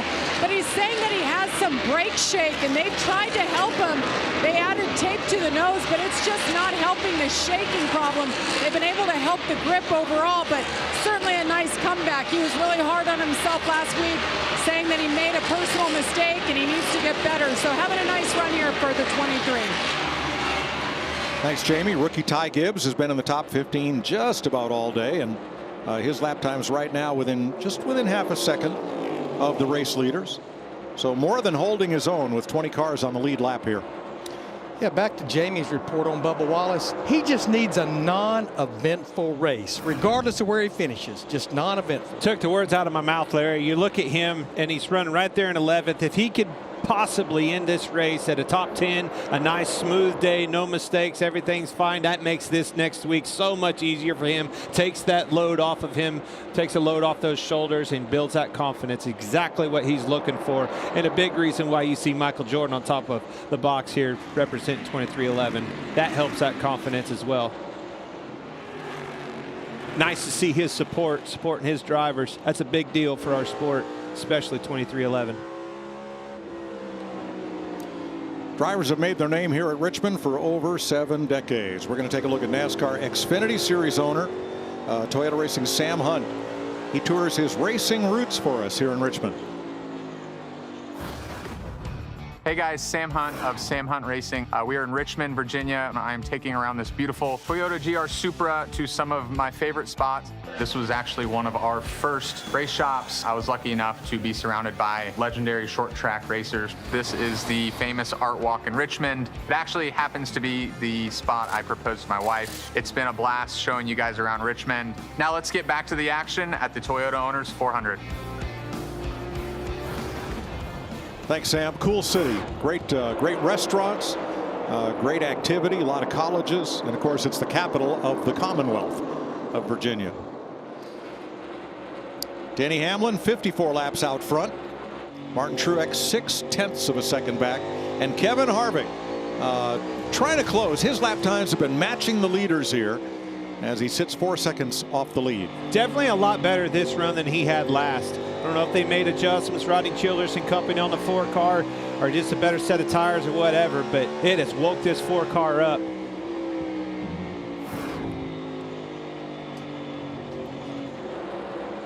Looking over William Byron there with Christopher Bell looking in.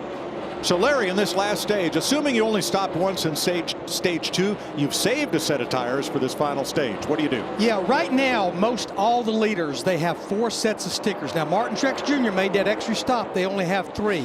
But I think what we're going to do here, you're going to see these drivers and these teams split it into thirds. They're going to pit at lap 293 and lap 346. You're running about 50 to 55 laps a run, but I think what I want to do, I want to jump them. I want to maybe come about lap 290 and see if I can get a lap or 2 on the competition. I think for the most part, you're going to see them splitting the stage in thirds. So that'll be 11 laps. Make it 10 laps from now.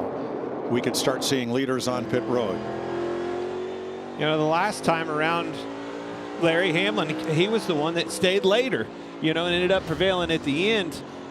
It's going to be very interesting, but I agree. I think you're going to see some guys trying to short put. If you tell me 293 is a number, I need some track position. If I'm back here, if you're, you know, we just talked about Wallace in 11th, Logano 12th, looking down through the sheet here. If you're in that land, I'm going to try to pit early and get an advantage on some tires here. Short pit them, if you will. Ryan Preece has cracked the top 10. There are 2 of the other Stewart-Haas cars, Almirola and Briscoe. Another kid that just needs a solid run. Ryan Preece, man, he's been beat up this year. New opportunity for him in that 41 car. He is, I talked to him before the race down in the garage area. Still full of confidence and enthusiasm, but man, you get beat up in this sport. You need a good run, and he's certainly got that going right here. Great job. Good turnaround, Ryan Preece. They've run well. They just need to start finishing as well as they've been running. He spent yesterday's modified race atop the pit box for Dave Sapienza, because Sap would have had to go home after the rain out Friday night. He didn't have a pit crew for Saturday. So Preece and a group helped him out. Surprised they didn't put him in that thing. That's where I'd have had him, not on the box. You know, he saw Christopher Bell at 20 just go by Kevin Harvick in the 4. That was for 4th. It's almost like Kevin doesn't have the real good super long run speed. Well, and you're spot on, because he caught the 24 of Byron. Talking about Harvick, ran right to the 24 and was looking to his outside. Next thing you know, slipped up a little bit. Bell passes him. Gonna need more of those adjustments we talked about. Now Larson inside of Harvick for 5th. Larry, that's kind of contrary to Rodney Childers' usual game plan for Harvick, which is to have a good long run car. And I go back a year ago, both races last year, when he finished 2nd to Hamlin in the spring and won the August race. That's where their strength was, the long run. But remember, totally different aero package. Also pitted a little bit early. Got off the sequence a little bit. Everybody pitted on that stage. He stayed out, got off sequence, got some track position, capitalized on it. That old baby woke up in that clean air, went off and won the race.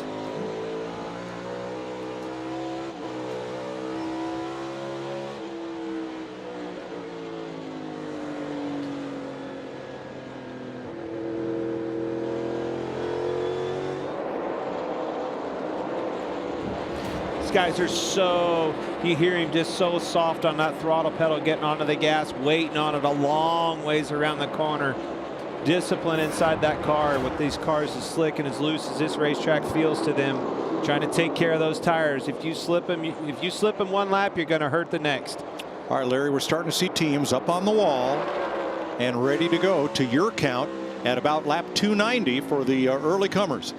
Yeah, here's A.J. Allmendinger in the 16. He's the first one to come in. Of course, he's 2 laps down right now. But again, if he can take advantage of those tires and catch a caution, he might at least get one of them back.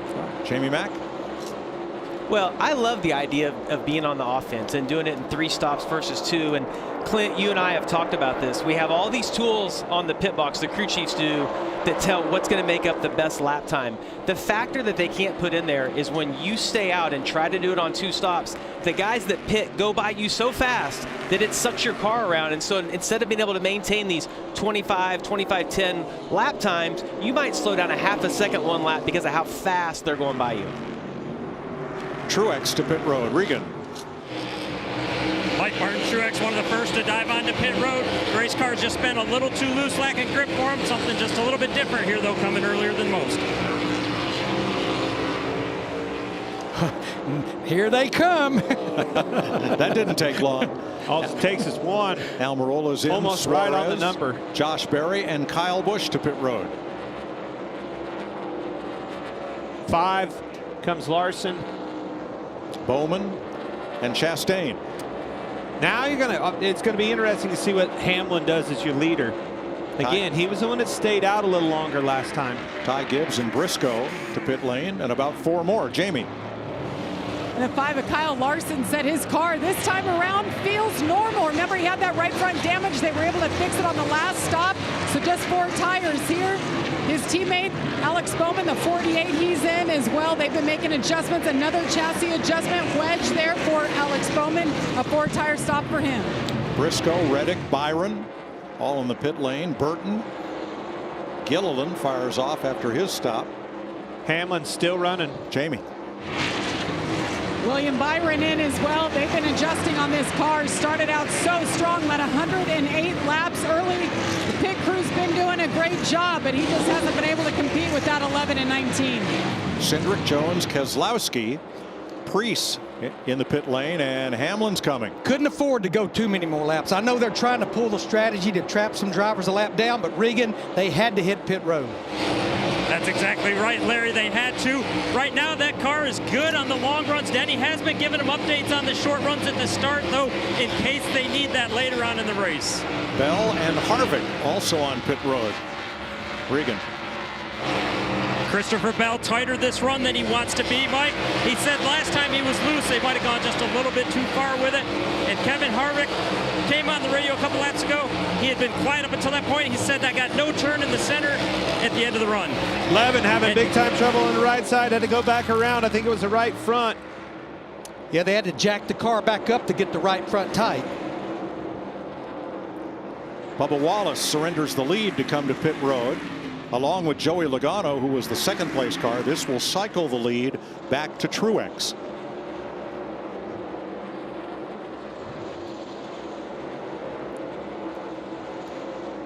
That's not what Denny Hamlin and that crew needed to have a problem. They needed another one of those 8 or 9 second pit stops to make up the ground for staying out a few extra laps. Number 1 ranking on pit road, that 11 car. Having a hiccup on the money stop, if you will. He's going to have to dig his way back out of this. He did it on that first stop. Here it is. Going to see everything is pretty much normal right there. They put the right front on, dropped the jack. He realized had the gun going back. Yes, he realized it's not tight. I mean, that's a heads up right there, but you have to jack it back up to be able to get it seated and tight. Same exact thing that we saw with the 4 car. And the 12, yes. Crunch time, a lot of pressure on these guys. That's an easy mistake to do. So when this pit stop cycle started, Denny Hamlin had a half-second lead. He is now 16.5 seconds behind Martin Truex. Safety violation for the crew of Bubba Wallace. Just had spoke about they needed a non-eventful race. I jinxed him, buddy. Martin Truex, whose last Cup victory came here in September 2 years ago, in front.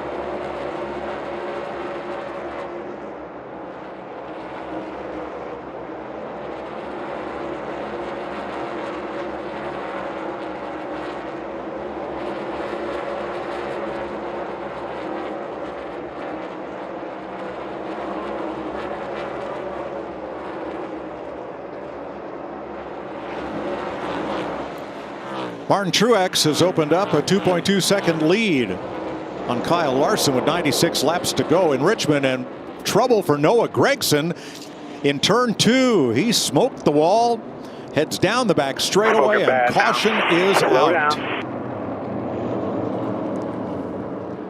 Lap 305.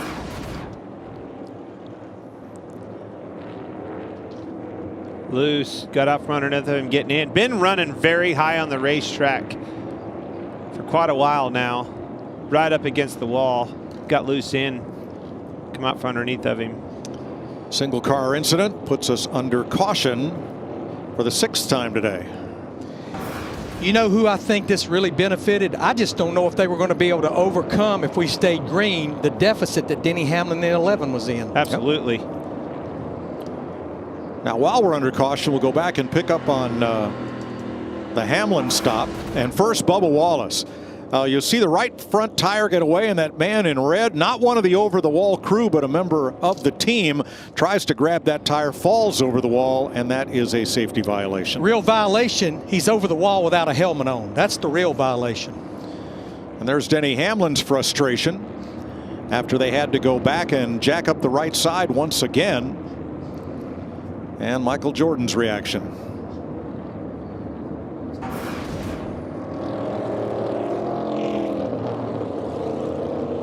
Sorry about that last stop, man. It doesn't matter. Play it from where it lays. P11, 95 to go right here. We're fine. They'll give me 3 back here. I'll get the rest. Yeah, I agree. P11, get me 3 spots back here on this stop, and I'll get the rest. That's the way to play it. They've been the fastest on pit road. Yep. Very well could. Feel like they're going to have to come and get 4 tires here. We're going to be probably about 85, 88 laps to go. Who did not want to see this caution is James Small and Martin Truex Jr. They had a good lead, but now pitting here, they'll have 1 set of sticker tires left because of making that extra stop back at lap 44. So if they stop, they'll have a set for 50 to go, but nothing for overtime or for another caution.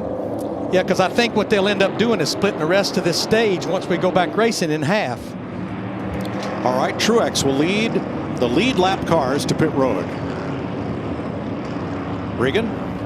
As you can imagine, Martin Truex Jr. is pretty happy right now. The biggest issue, that car got looser, quicker that run than what he wanted it to. And the 20 car, Christopher Bell, he's getting tighter as we go in the race, and that's causing it to snap loose on the exits. Jamie? 7th stop of the day for Kyle Larson in the 5 and the 24 of William Byron. They thought they'd just take their tires now. Little air pressure adjustment for 4. Been making these cars better to try to hang with those Toyotas you see on the top of the screen.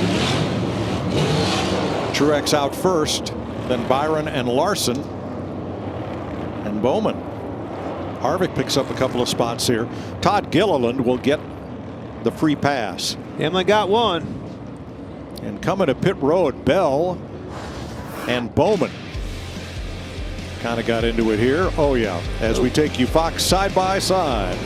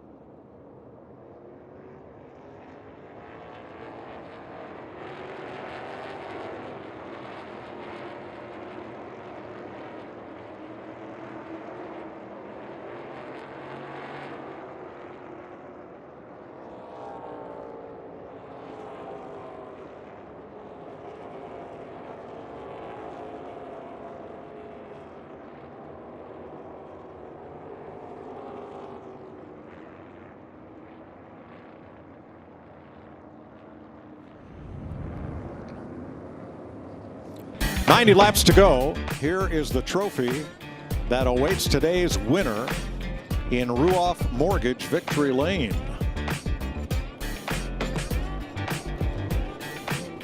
Let's take a look at who has visited Ruoff Mortgage Victory Lane so far with 6 races complete. William Byron, our 2-time winner, joined by Ricky Stenhouse, Kyle Busch, Joey Logano, and last week, Tyler Reddick.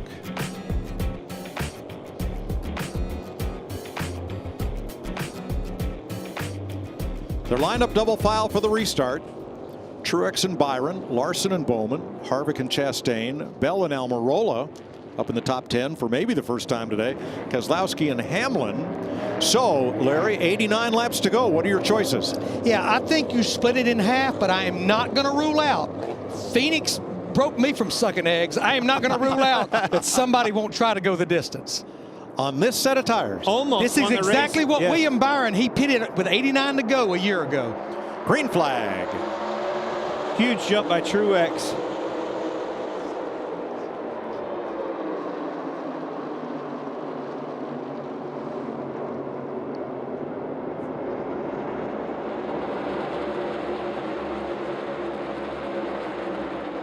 Larson's got this track position back. We'll see if they got the fender fixed, the correction, maybe an adjustment. See if he can get the speed to match Truex.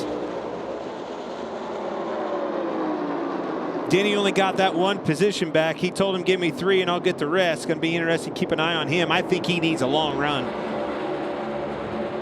Hamlin in 9th. These Hendrick cars have had the upfront speed. The advantages went to them. I think they're going to have to get ahead of this 19 quick. Try to get some clean air. Make it tough on him. It's going to be extremely hard to pass him, though. So fast here. These Gibbs cars have really impressed me on these long runs.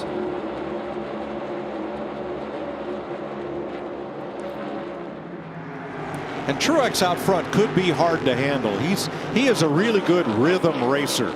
Once he can get the nose of that car in the wind, get his rhythm, he can be hard to deal with. And going back to this strategy, Mike, Martin Truex Jr., James Smalley talked about it at that caution. They're in a box. They have 1 set of sticker tires left. If they try to split this stage in half and put those stickers on, we get a caution with 10 or 15 laps to go. All they have is 6 lap scuffs left from where they only went a little distance earlier in the race. Just noticing, look at that low air pressure in that left rear. Look at that baby squat going down. Truex was the fastest car on the track that lap, trying to pull away from William Byron. Kevin Harvick is 6th. Clint, at least maybe for short run speed, looks like they've adjusted on that 5 car, Kyle Larson, maybe to the push that it had with the damage. Well, he's getting him. There you go. Almost got a 2 for 1. Denny Hamlin around Almirola and looking to get around Keselowski here. All right, we listened in on Kyle Larson in 3rd. Well, we go to the end on these. Kind of right on the number where it's a toss-up between that. So TBD on that right now. The same for us? I don't know. I'm not really sure. Tough, though. All right. Well, you need me to save these tires. Are we thinking 90 laps here, Larry? Or are we thinking half of that? There's that low air pressure we were talking about. Yeah, Goodyear recommends do not go below 12 PSI on the left side. I think that's less than 12 PSI. The more you can open up that differential, it just helps the car to turn through the middle between the left and the right. Helps that long run speed too with temperature. When these things slide around, build temperature, build air pressure as well. Start them babies as low as you possibly can get away with. 80 laps to go. And at least 1 stop, unless you're willing to roll the dice. Yeah, that number they were talking about, that's not a fuel number. No. That's how damn slow will I be at the end of this 90 laps. Right. On these tires, right.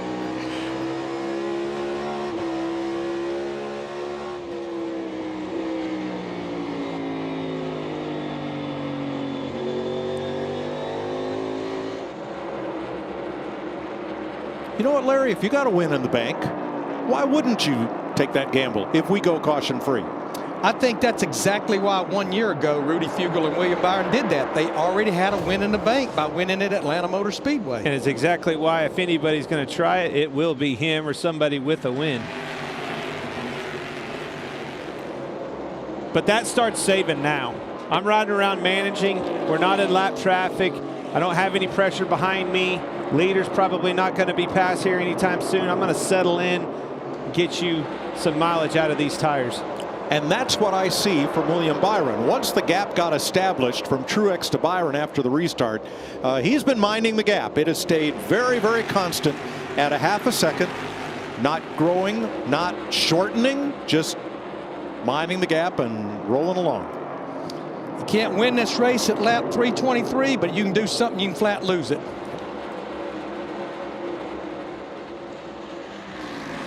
Clint, you're 3 and 4. She's about full shade now that you talked about 50 or 75 laps ago. Sure is. And you're seeing some cars move up. You know, a lot of times you can find some grip, believe it or not, right on that first hash marks. See William Byron on them right now. Move up, put them right side tires right on those hash marks.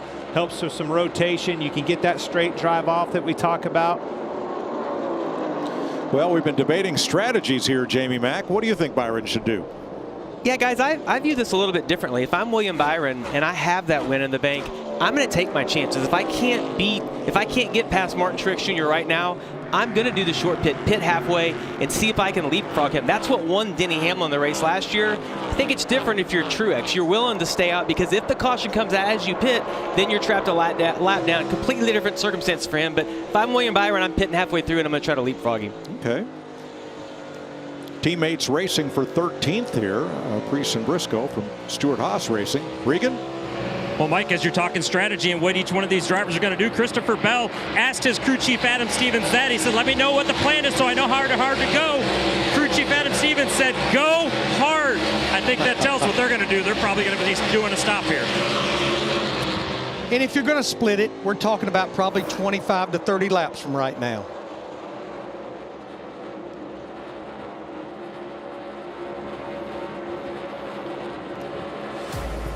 So with 73 laps to go, we'll take our last green flag side by side.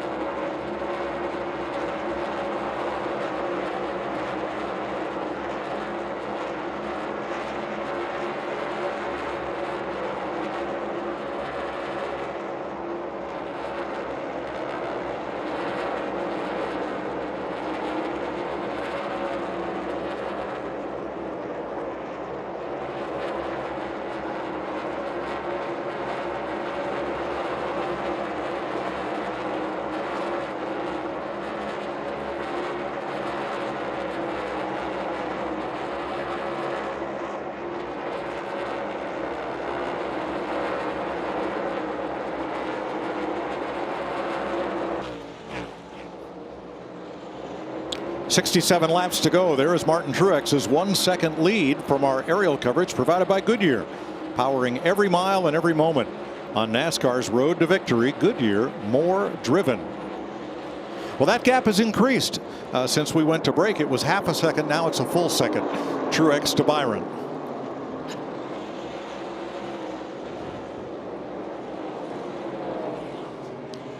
Clint, I think you just pointed to it on the scoring monitor. Something that has not increased is Denny Hamlin's position on the racetrack since that last pit stop. He's just locked down at 10th right now. Stuck stagnant, hasn't really moved anywhere.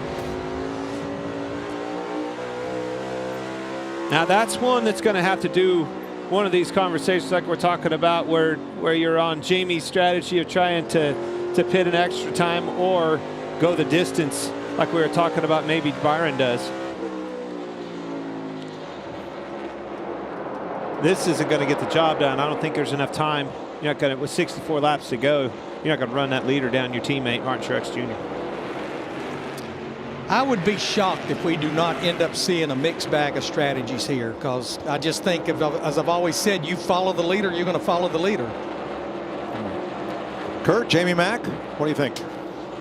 All right, this is what I love is just all the banter back and forth between us really smart guys in the booth. And what we heard, though, from Regan Smith down on pit road, Adam Stevens told his driver, go. And I just wrote down, you have to go off. Sometimes the verbal language and the feel from your crew chief. If he's telling you go all out. I'd love to see if we can scan the 24 to see what their mindset might be. But I'm watching your Larry Mack here, SMT, and all this data in here. I'm kind of mind blown. The 19 has the least amount of steering wheel, the smoothest throttle, and right now that's why he's pulling away. Well, that 20 car, they're pitting. That's how I heard it in his voice. But right now, he has his hands full of that one car, Ross Chastain. If he's going, it's not going like he'd like to see it going. So if you get tires and you are 1 second faster than the leader, in 25 laps, you can make up a lap that you have spent on pit road. Which is exactly what we saw with Denny Hamlin and Kevin Harvick a year ago. Toyota's led more laps today than in the first 6 races of this season. Hamlin 71, Truex 44 so far, 22 for Christopher Bell. If you stay out, it's all about how well you do with those guys that pit. You have to make sure that you keep your eye on the ball. Do not lose track of the fact of what you're trying to accomplish out there. Minimize the damage. You see a car coming, you figure out how to let him pass you and minimize that time. Do not get caught 3 wide on the outside or something. Give up the corner on the inside. Manage that pass and reverse defensive order. Hard to do. Now, of course, Larry, those 25 laps only get you back on the lead lap. It doesn't get you to the leader. No, it doesn't. But again, I think the thing that the analytics will not factor in, Jamie McMurray said it, is cars on fresh tires catching you getting in traffic. It can't factor those things in. But Jamie Little, what about William Byron in that 24? Yeah, I've been listening to their radio, and they told him a few laps ago, you are the fastest on the track, and right there he just turned the 3rd fastest lap time. I'm also watching his pit crew. They all just put their helmets on, and I got a wink and I got a 10. So I'm thinking they may come in about 10 laps. It's all about the body language at this point. All right, thanks. Yeah, I mean, splitting it in half, that window opens at about 13 laps. But I just keep preaching. If you're going to go down that pipe road of that strategy, get in there early. Take advantage of those 4 fresh tires. All right, what's Denny Hamlin's team thinking? You might have to take a risk strategy-wise. Yeah, 10-4. Just work on optimizing it there. The best we can do. That's him telling his guys, you're going to have to do something. I can't get anything done out here on the racetrack. Try to get me some track position, get creative.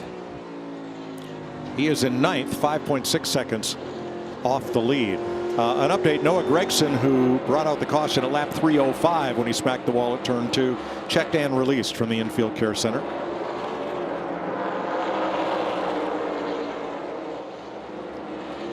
So still 19 cars on the lead lap, back to Todd Gilliland with 55 laps to go. And you see the gap measured in feet up at the top of the screen. Now lap traffic will also be a consideration. 3rd place, Christopher Bell pulls up against Kyle Larson. And whoa, Burton. I wouldn't say he got in the way, but he didn't get out of the way, right? Well, Larson was out the racetrack too. I think Larson got loose, sliding up, almost got in the left rear. You know, that happened between those two the last time Larson caught Burton. It did. Yes, it did. Bell took advantage of it. Just like last time. You know, it wasn't that many laps ago. Christopher Bell had his hands full of Ross Chastain, and now here he goes. He's just picking them back off again now.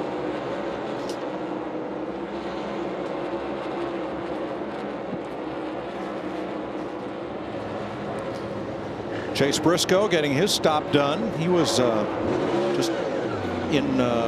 he was 12.6 seconds back of the lead when he made his stop, back about 16th place. Harrison Burton is in, and here they come. Ryan Preece, Kyle Busch. So 4 cars on pit road with 52 to go. They will lose a lap making this stop, and then on fresh tires have a chance to make it back up. Ty Gibbs coming in. Yeah, I just really believe if you're going to make a pit stop, you need to go ahead and you need to kind of do it now in these next lap or two. Yeah, get it out of the way, right? Here comes William Byron. And second place. Austin Cindric as well. Tyler Reddick coming in. Trouble, turn 3. What? Almost. Oh, Harrison big Burton brake locked the lock up brakes there. up big time. Shot up the racetrack. No harm, no foul. We're still green, guys. And I would say the octave of the 24 spotter just went up a notch or two. Jamie. The body language in the William Byron pit was true. They were planning on splitting this and coming to pit road.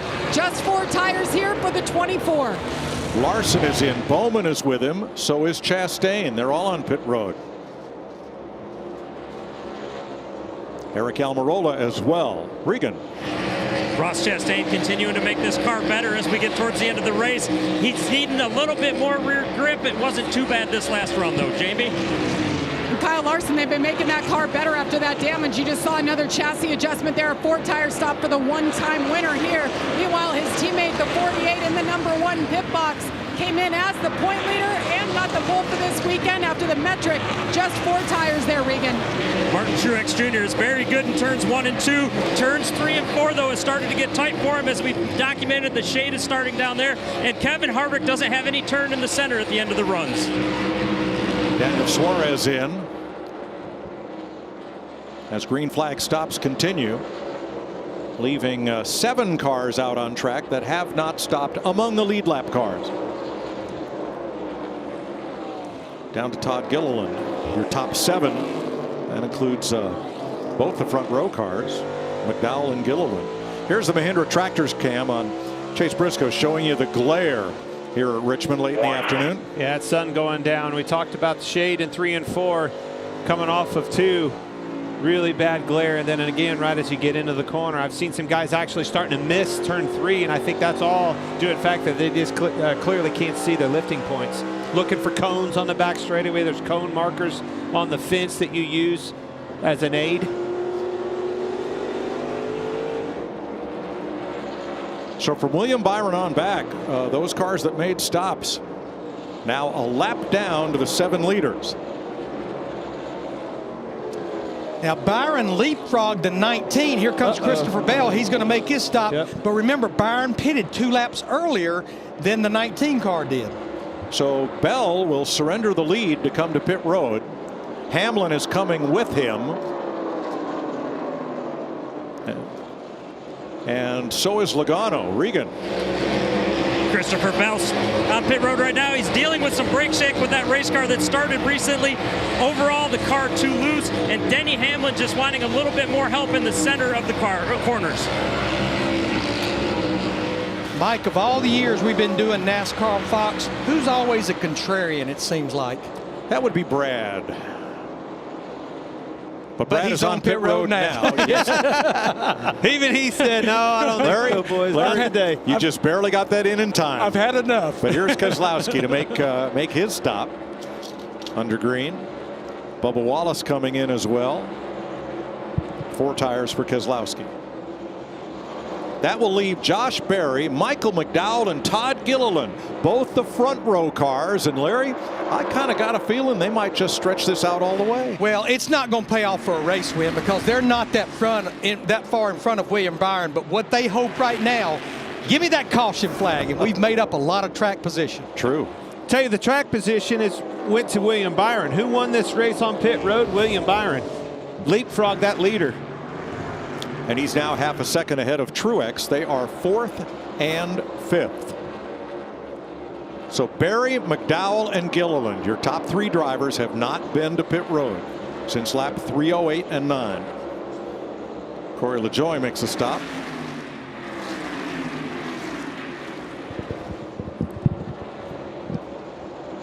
That's that pitting early you were talking about, Larry, with William Byron. First on pit road afforded him. We'll have to look at the pit stops and see how good the guys did, but coming in and beat him on the pits, that afforded him that lead. Now he's got to have to hold him off on maybe a lap or 2 older tires. It's going to be hard here. Truex is right on him.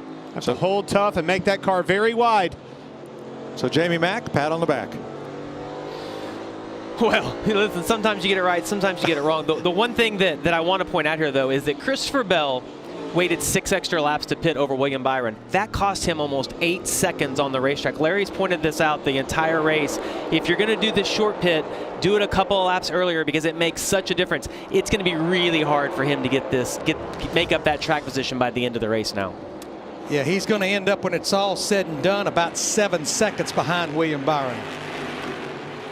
Byron's lap times right now are 1.5 seconds faster than leader Josh Berry's, which means that in 4 laps, absent traffic, Byron should be racing him for the lead. Well, and another real winner, Denny Hamlin, he pitted the same lap as his teammate Christopher Bell, and when it all shakes out, he's going to be up about 15 seconds behind William Byron.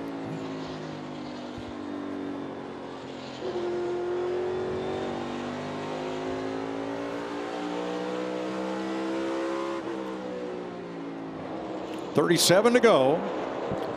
9th place, Bell and Bowman. All back on the lead lap. 19 lead lap cars. I've got to applaud front row, Michael McDowell and Todd Gilliland and their crews for this contrary strategy, trying to get them a good finish here. McDowell had a great finish at Circuit of the Americas last week. On that final restart, I believe he was 28th, and in a lap and a half came to 12th place at the finish.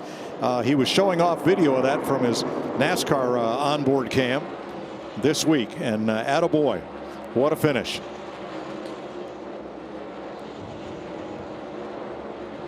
And Todd Gilliland had a top 10 finish at COTA, so they're on a roll, trying to continue it here as Josh Berry leads. And a shout out to Chase Elliott, watching from Colorado, still recuperating from that snowboarding accident. And thanks to Chase for joining us last week on the call of the race for Circuit of the Americas. I was glad to have his point of view. Saw William Byron driving underneath of Michael McDowell in the 34 for second. Now you see the difference right there, only about a half a second behind Josh Berry. We're talking about William Byron in that 24, but there's Truex in that 19. That's right. So important for William Byron to get through these laps. You see him catching these cars at the right time. Obviously, Berry, his teammate, laid over for him. The rest of them, as they're fighting to stay on the lead lap, will not do so. You're going to have to be very careful and pick and choose your battles as you catch these lappers and not allow Martin Truex Jr. to capitalize on that and get you picked and stalled in behind a lapper. That's exactly the opportunity he's looking for. Also, the front row speed of William Byron. The front side of these runs, the advantage went to William Byron. The long run speed went to Truex. Got to keep that in the back of your mind a little bit. Save a little bit for the end of this race with 32 to go. So this last run, if we stay green, 48 laps for Truex, certifiably a long run. Yes, it is, and I'm not sure that he actually wants to see a caution, because as we've documented, the only thing they have in their pits is a set of 6-lap scuffs. So maybe time for little trends of the race. What I did is I went back and I looked at the last 6 spring Richmond races. The last caution, average of 84 laps to go. We only had one overtime finish in 2018. But as Chris Myers pointed out in the pre-race, 6 races this year, 4 overtime finishes. There he is to the inside of him.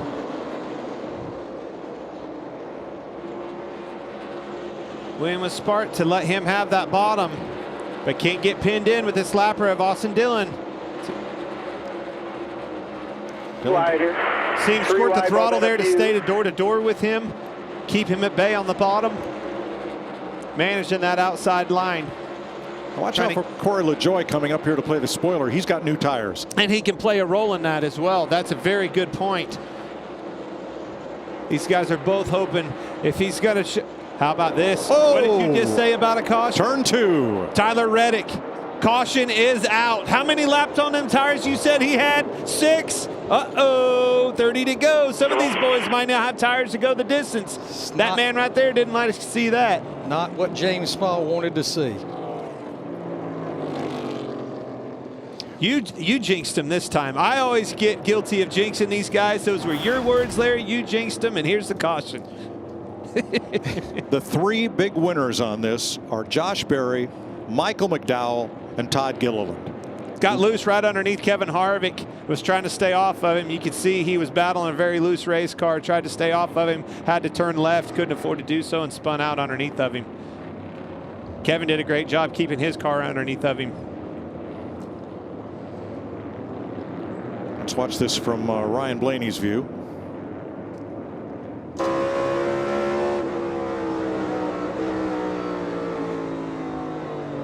See him up the racetrack. Needed to chase it up. Couldn't with Kevin on his outside. Whoa. That was a little Days of Thunder there. Which way was he going to go? Hey, you don't say this sport we got going on here at NASCAR is a humbling sport. That's last week's winner. Penthouse of the outhouse. So, Larry, here are the laps since the last pit stop.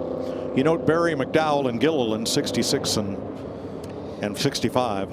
Yeah, in green flag laps, Truex has about 20 green flag laps. William Byron has about 24, 25 green flag laps. So that's the real story, is how many green flag laps. But most of these leaders, they have a set of those precious Goodyear stickers sitting in those pits. Right now, Martin Truex Jr., pretty sure it's safe in saying a set of 6-lap scuffs. And the only reason they have those tires is because NASCAR this morning, due to no practice and no qualifying, gave the teams that extra set of tires that they would have used during practice had it not been raining. And you see there are the scuffed tires ready to go on Martin Truex's car. Why would you change them? Because those have a lot less laps on them and are a lot cooler than the tires that are on the car right now. And they have 1 heat cycle on them. It's still not optimum, but it's better than those 20 lappers. Where do I got to be on this thing and for you to say, man, let's look at 2 tires, do something like that? Mars. This is a lot of laps, Clint. This is not like we got 10 or less to go. This is a lot of laps. You think it's the last caution? Heck no. That's why I said that. Might be an option here. All right, Regan's first on pit stops. Well, what a great break for the 9 car. Josh Berry filling in for Chase Elliott. His car's pretty good right now, just line dependent. He needs to be on the bottom. It's much better down there. And Martin Truex Jr., you guys are right. Larry Mack hit it on the head. That is 6-lap scuffs going on. You could see the dejection down here when the caution came out. Jamie?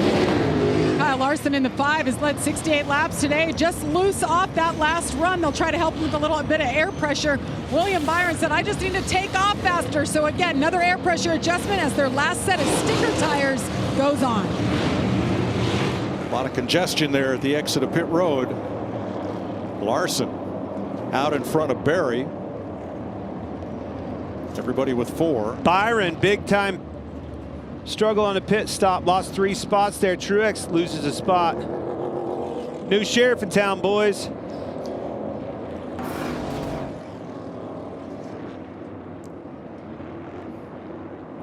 .25 to go.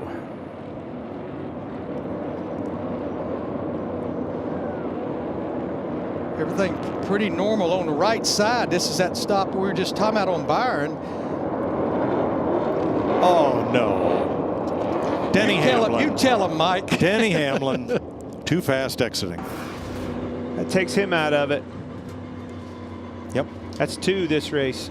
I'm going to give a call to crew chief Tom Gray, sitting in on that 9 car. He's made 2 calls today that's sitting here now with probably what's going to be 20 laps to go with that 9 car sitting in second, Josh Berry. Well, let's recap this race so far, beginning with Ricky Stenhouse Jr.'s problem. No, the width of the track wasn't the problem, because Stenhouse likes to use it all. There it is. Brake fluid leak. Josh Berry spins after contact from Ryan Blaney. Blaney trying to overcome a penalty. Moved back up through. Wasn't the only one. Larson with a bump coming out. Suarez was trying to get in. Blaney was trying to get an adjustment, and they couldn't get the wedge wrench. Stage 3 pit issues. They have to go back to the right side on Denny Hamlin to lift the car, reseat the wheel, and tighten the nut. And a member of Bubba Wallace's behind the wall crew goes over the wall. That's a safety violation. Tyler Reddick takes a spin. And here we are with 23 laps to go. And look at this race off. 3 wide in the pit lane. Larson out front by himself. Tell you who had a great stop was that 4 pit crew. Clint and I looked at each other and said, did he did 2? Absolutely. It was a heck of a pit stop. Well, driver, you know what I'm telling you right now? You got your last set of good years. Good luck and Godspeed, buddy. You on your own. You know, I asked the same question about Josh Berry. Did he take 2 or 4? Because he was out so fast, but all these were 4 tire changes. That whole sequence played right in their lap. Great play calling, great understanding of what was on his plate. Made a little gamble there, and it paid off for him with that caution big time. Josh Berry in second place. Great job for that fill-in crew chief. Pretty cool to see. So it'll be a Hendrick front row with Larson and Berry. And we've got some audio from Josh Berry's team. You want to win your first race? Here you go. Hold it back. Let her rip with everything you got. You 20 lap heat race at Hickory. So true. If that doesn't get you wound up, I don't know what will. 2 races here already this weekend. Was it Chandler Smith, first-time winner in Xfinity yesterday? Austin Beers, second-generation driver, first-time winner on the Whelen Modified Tour last night. We said at the top of the show, this is a track for veterans. Kids don't win here. Rookies don't win here. Josh Berry, prove us wrong. And a first-time winner last night in the trucks as well. Been since 2017, that champion on the inside on the pole has won. Josh Berry needs to get up here, get a good run, try to beat on his door. Not too good a run here. Waited on him a little bit. Got a side-by-side, try to beat on his door and stay on that outside tight. 4 wide for third. Oh, and around he goes, up and into the wall goes the 24. Bell got in the back of William Byron, turns him around. Cautions breed cautions, boys. Yes, it does. We're probably not done yet either. You know, much of the narrative this week coming out of Circuit of the Americas was about racing with respect, as preached by fellows like Kevin Harvick and Kyle Busch and even Joey Logano. And then you hear every driver in their media availability yesterday in the media center, listen to most of them saying, my job is to get the best possible finish for my team and my car. And sometimes that means being aggressive, sometimes overly so, because I've got to get there. Let's take a look at what happened here. Watch the 24 outside, William second row. Second row outside.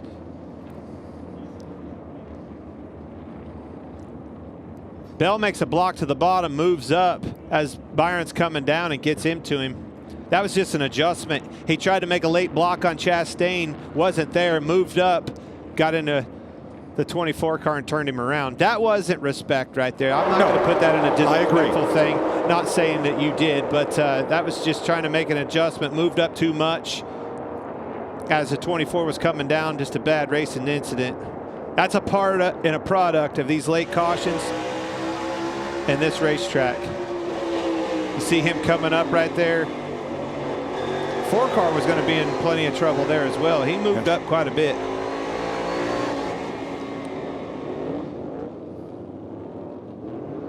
I don't know where he was going. That was too much of an adjustment. Missed the block on the bottom, probably trying to get to the outside to make that block. Missed that one. Just not the best restart for Chris Bell. Quite an abrupt move, wasn't it? Yeah. pretty unfortunate for William Byron. Had a fantastic day.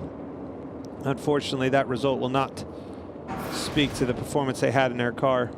Then you made a great point. That was not a racing with respect issue. That was just a restart and two cars trying to fit in the same space. Barry did a great job on that restart. That's exactly what he wants to do. He timed Kyle Larson's jump very well. You have to be on his door when they get down to 1 and 2. Try to keep that thing down on his door, get him loose underneath of him on the exit of 2, and get that lead. Needs another one. The flip side of that is Kyle Larson's going to make an adjustment inside his race car. Bubba Wallace pits, so does Harrison Burton and William Byron. You know, whether we're at a short track or a road course or intermediate, what I see once we get down to 20 to go or less and a restart, it's all take. It's no give. Absolutely. Well, it's on the table for you. I mean, everybody's experienced. We've watched this. We've been covering how hard it is to come by the track position on the racetrack. You heard Denny Hamlin say it. Boys, you're going to have to help me do something in the pits. I can't get it done out here on the racetrack. Corey LaJoie will get the free pass. And now William Byron will be back racing with Denny Hamlin, but they're back in 19th and 20th. Mike, I think I'm right. Every driver in the top 10 trying to win this race and get their first win of the year to punch their ticket to the playoffs. I believe you're right. Which plays a role in that respect thing that we were talking about. There's the biggest thing they want, right there. It's the only thing that matters.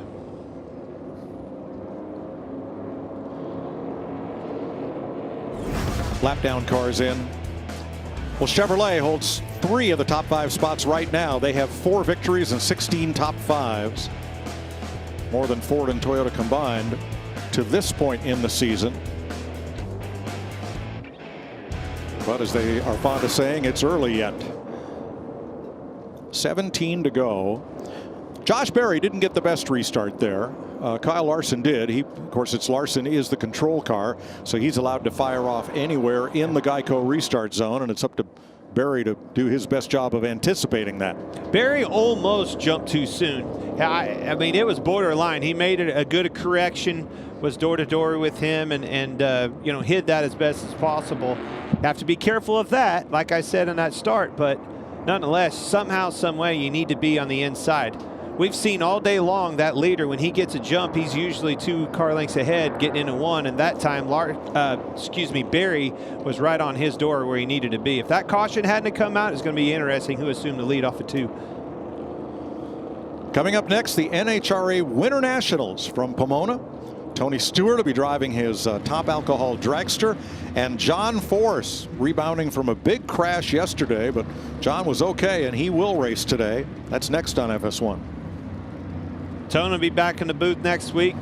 Not dirt race.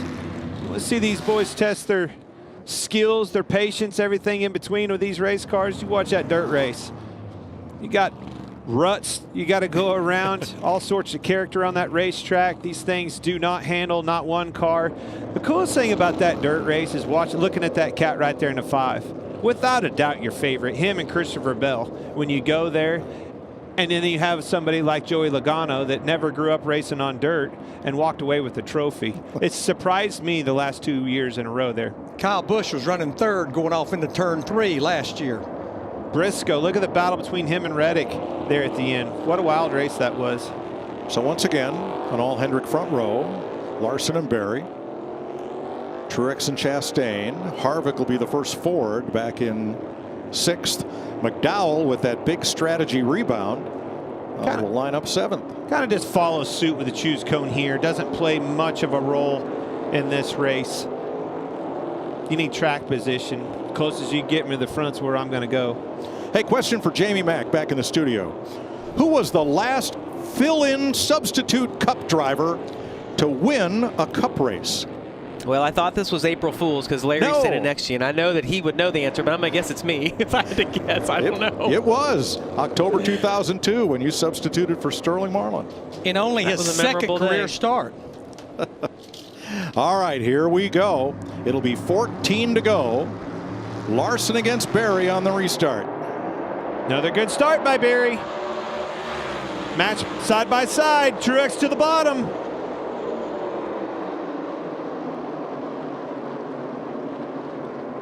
He's clear. Yeah, Josh Berry just couldn't get that run through the middle of 1 and 2 to stay up beside Larson going down the back straightaway. 3 wide for 11th through 16th. Boy, Ross Chastain in that one got a great run that time off turn 4 to pull up beside Truex in the 19 for 3rd. Remember, Truex is on those scuff tires. Most everyone else is on stickers. And Mike, I think he's paying the price for it right now. There you see he's under fire now from Christopher Bell, his teammate, battling for 5th. Showed up almost immediately. How long before that advantage disappears or equals out, or does it? I don't think it will. 12 laps to go. He's in trouble. Sit and duck. See him get loose there. Harvick actually checked up for him. Yeah, you heard Harvick lift completely out of the throttle there. Oh, Kevin gives him a little bump there coming off turn 4. Here's the 19.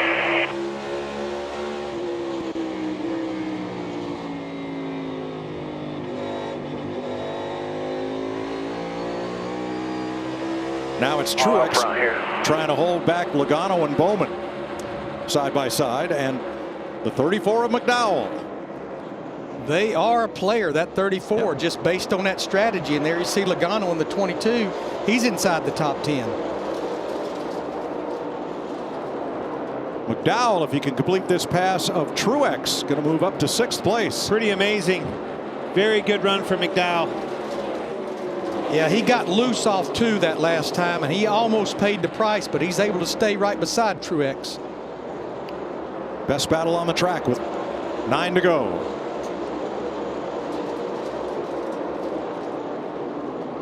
Trying to move him up the racetrack. Got in the corner deep. Finally gets clear of him there. Redemption time for Kyle Larson. Counting these laps down. He's opened up 7/10 of a second on Josh Berry, almost 8. Dominated a couple of those races that William Byron run. Well, one of them. William ended up getting him back, roles reversed. Those guys have, at the end of the day, the outcome went to Byron on both of those. But the 5 was definitely very, very fast. Led a lot of laps as well in both situations.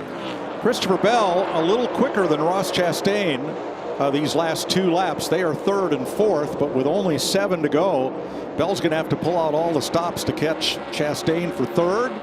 Logano sends Truex back to 8th place and gets a bump for his trouble. And Truex is really struggling to keep that car underneath of him. Meanwhile, at the tail end of the lead lap, Denny Hamlin is 20th. Back racing with Harrison Burton and Bubba Wallace after his 2nd speeding penalty of the day. You know, right in front of them, how about Chandler Smith in that 13 car? Won the race here yesterday in Xfinity Series, sitting there inside the top 20 in that 3rd Colleague car. Started last, 37th. Did a great job today. A weekend that he will long remember. Bowman, Truex, this is for 8th. As they come to 4 to go. It's Ty Gibbs in that 54 car. If he can get to the top 10, and that's the battle for 10th, it would be his 3rd consecutive top 10 finish. Great start to his rookie season. And thank him for carrying the Monster Energy cam today. This keeps getting, to your point, keeps getting, you know, a little better each and every week, getting his feet underneath of him. You can feel and sense that he's getting way more comfortable racing against these Cup boys. Results are speaking for themselves. 3 to go here. Both Hendrick cars up front. Man, I know this Kyle Larson is really wanting this win. But Josh Berry in that 9 car. What an unbelievable ending for that 9 car if this plays out this way. For that kid as a fill-in driver, crew chief making some bold calls on that box as a fill-in crew chief. Heck of a story.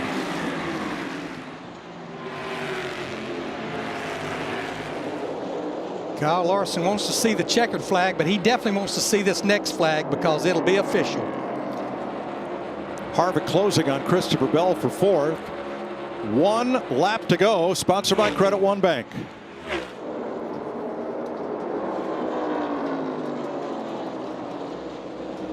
Just in the pre-race, we were talking about Kyle, man, being a little bit underrated this year or whatever, maybe overrated. And I'm telling you, this win puts him right back to where he wants to be. Had some tough finishes, back on top. First win of the season for Kyle Larson. 1.5 seconds ahead of teammate Josh Berry. Ross Chastain third. Job today. Great recovery. Sorry I got pissed off for a little while. We're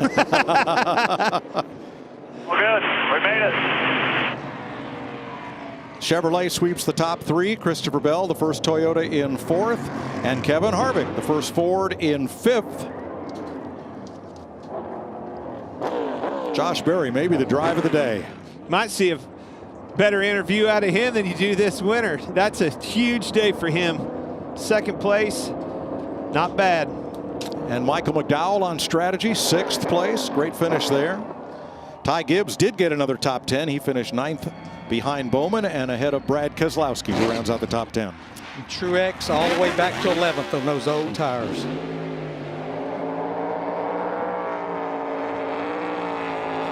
Well, James Small had a great strategy for all but one situation. See a pretty good burnout late here. Race caution. The way it turned out. I think I heard that kid grabbing gears there.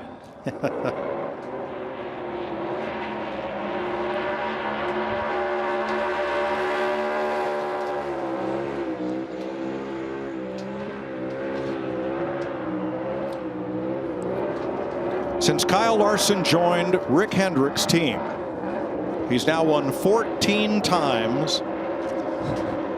And that's twice as many as any other driver since going there in 2021. That's a half a lap of burnout right there. That's pretty impressive. It's his 20th career win overall, and it comes in his 302nd start. His last win was last October at Homestead. Sixth different driver to win this season. The 294th career win for Hendrick Motorsports, including 20 drivers. And the 12th win for Rick Hendrick at Richmond.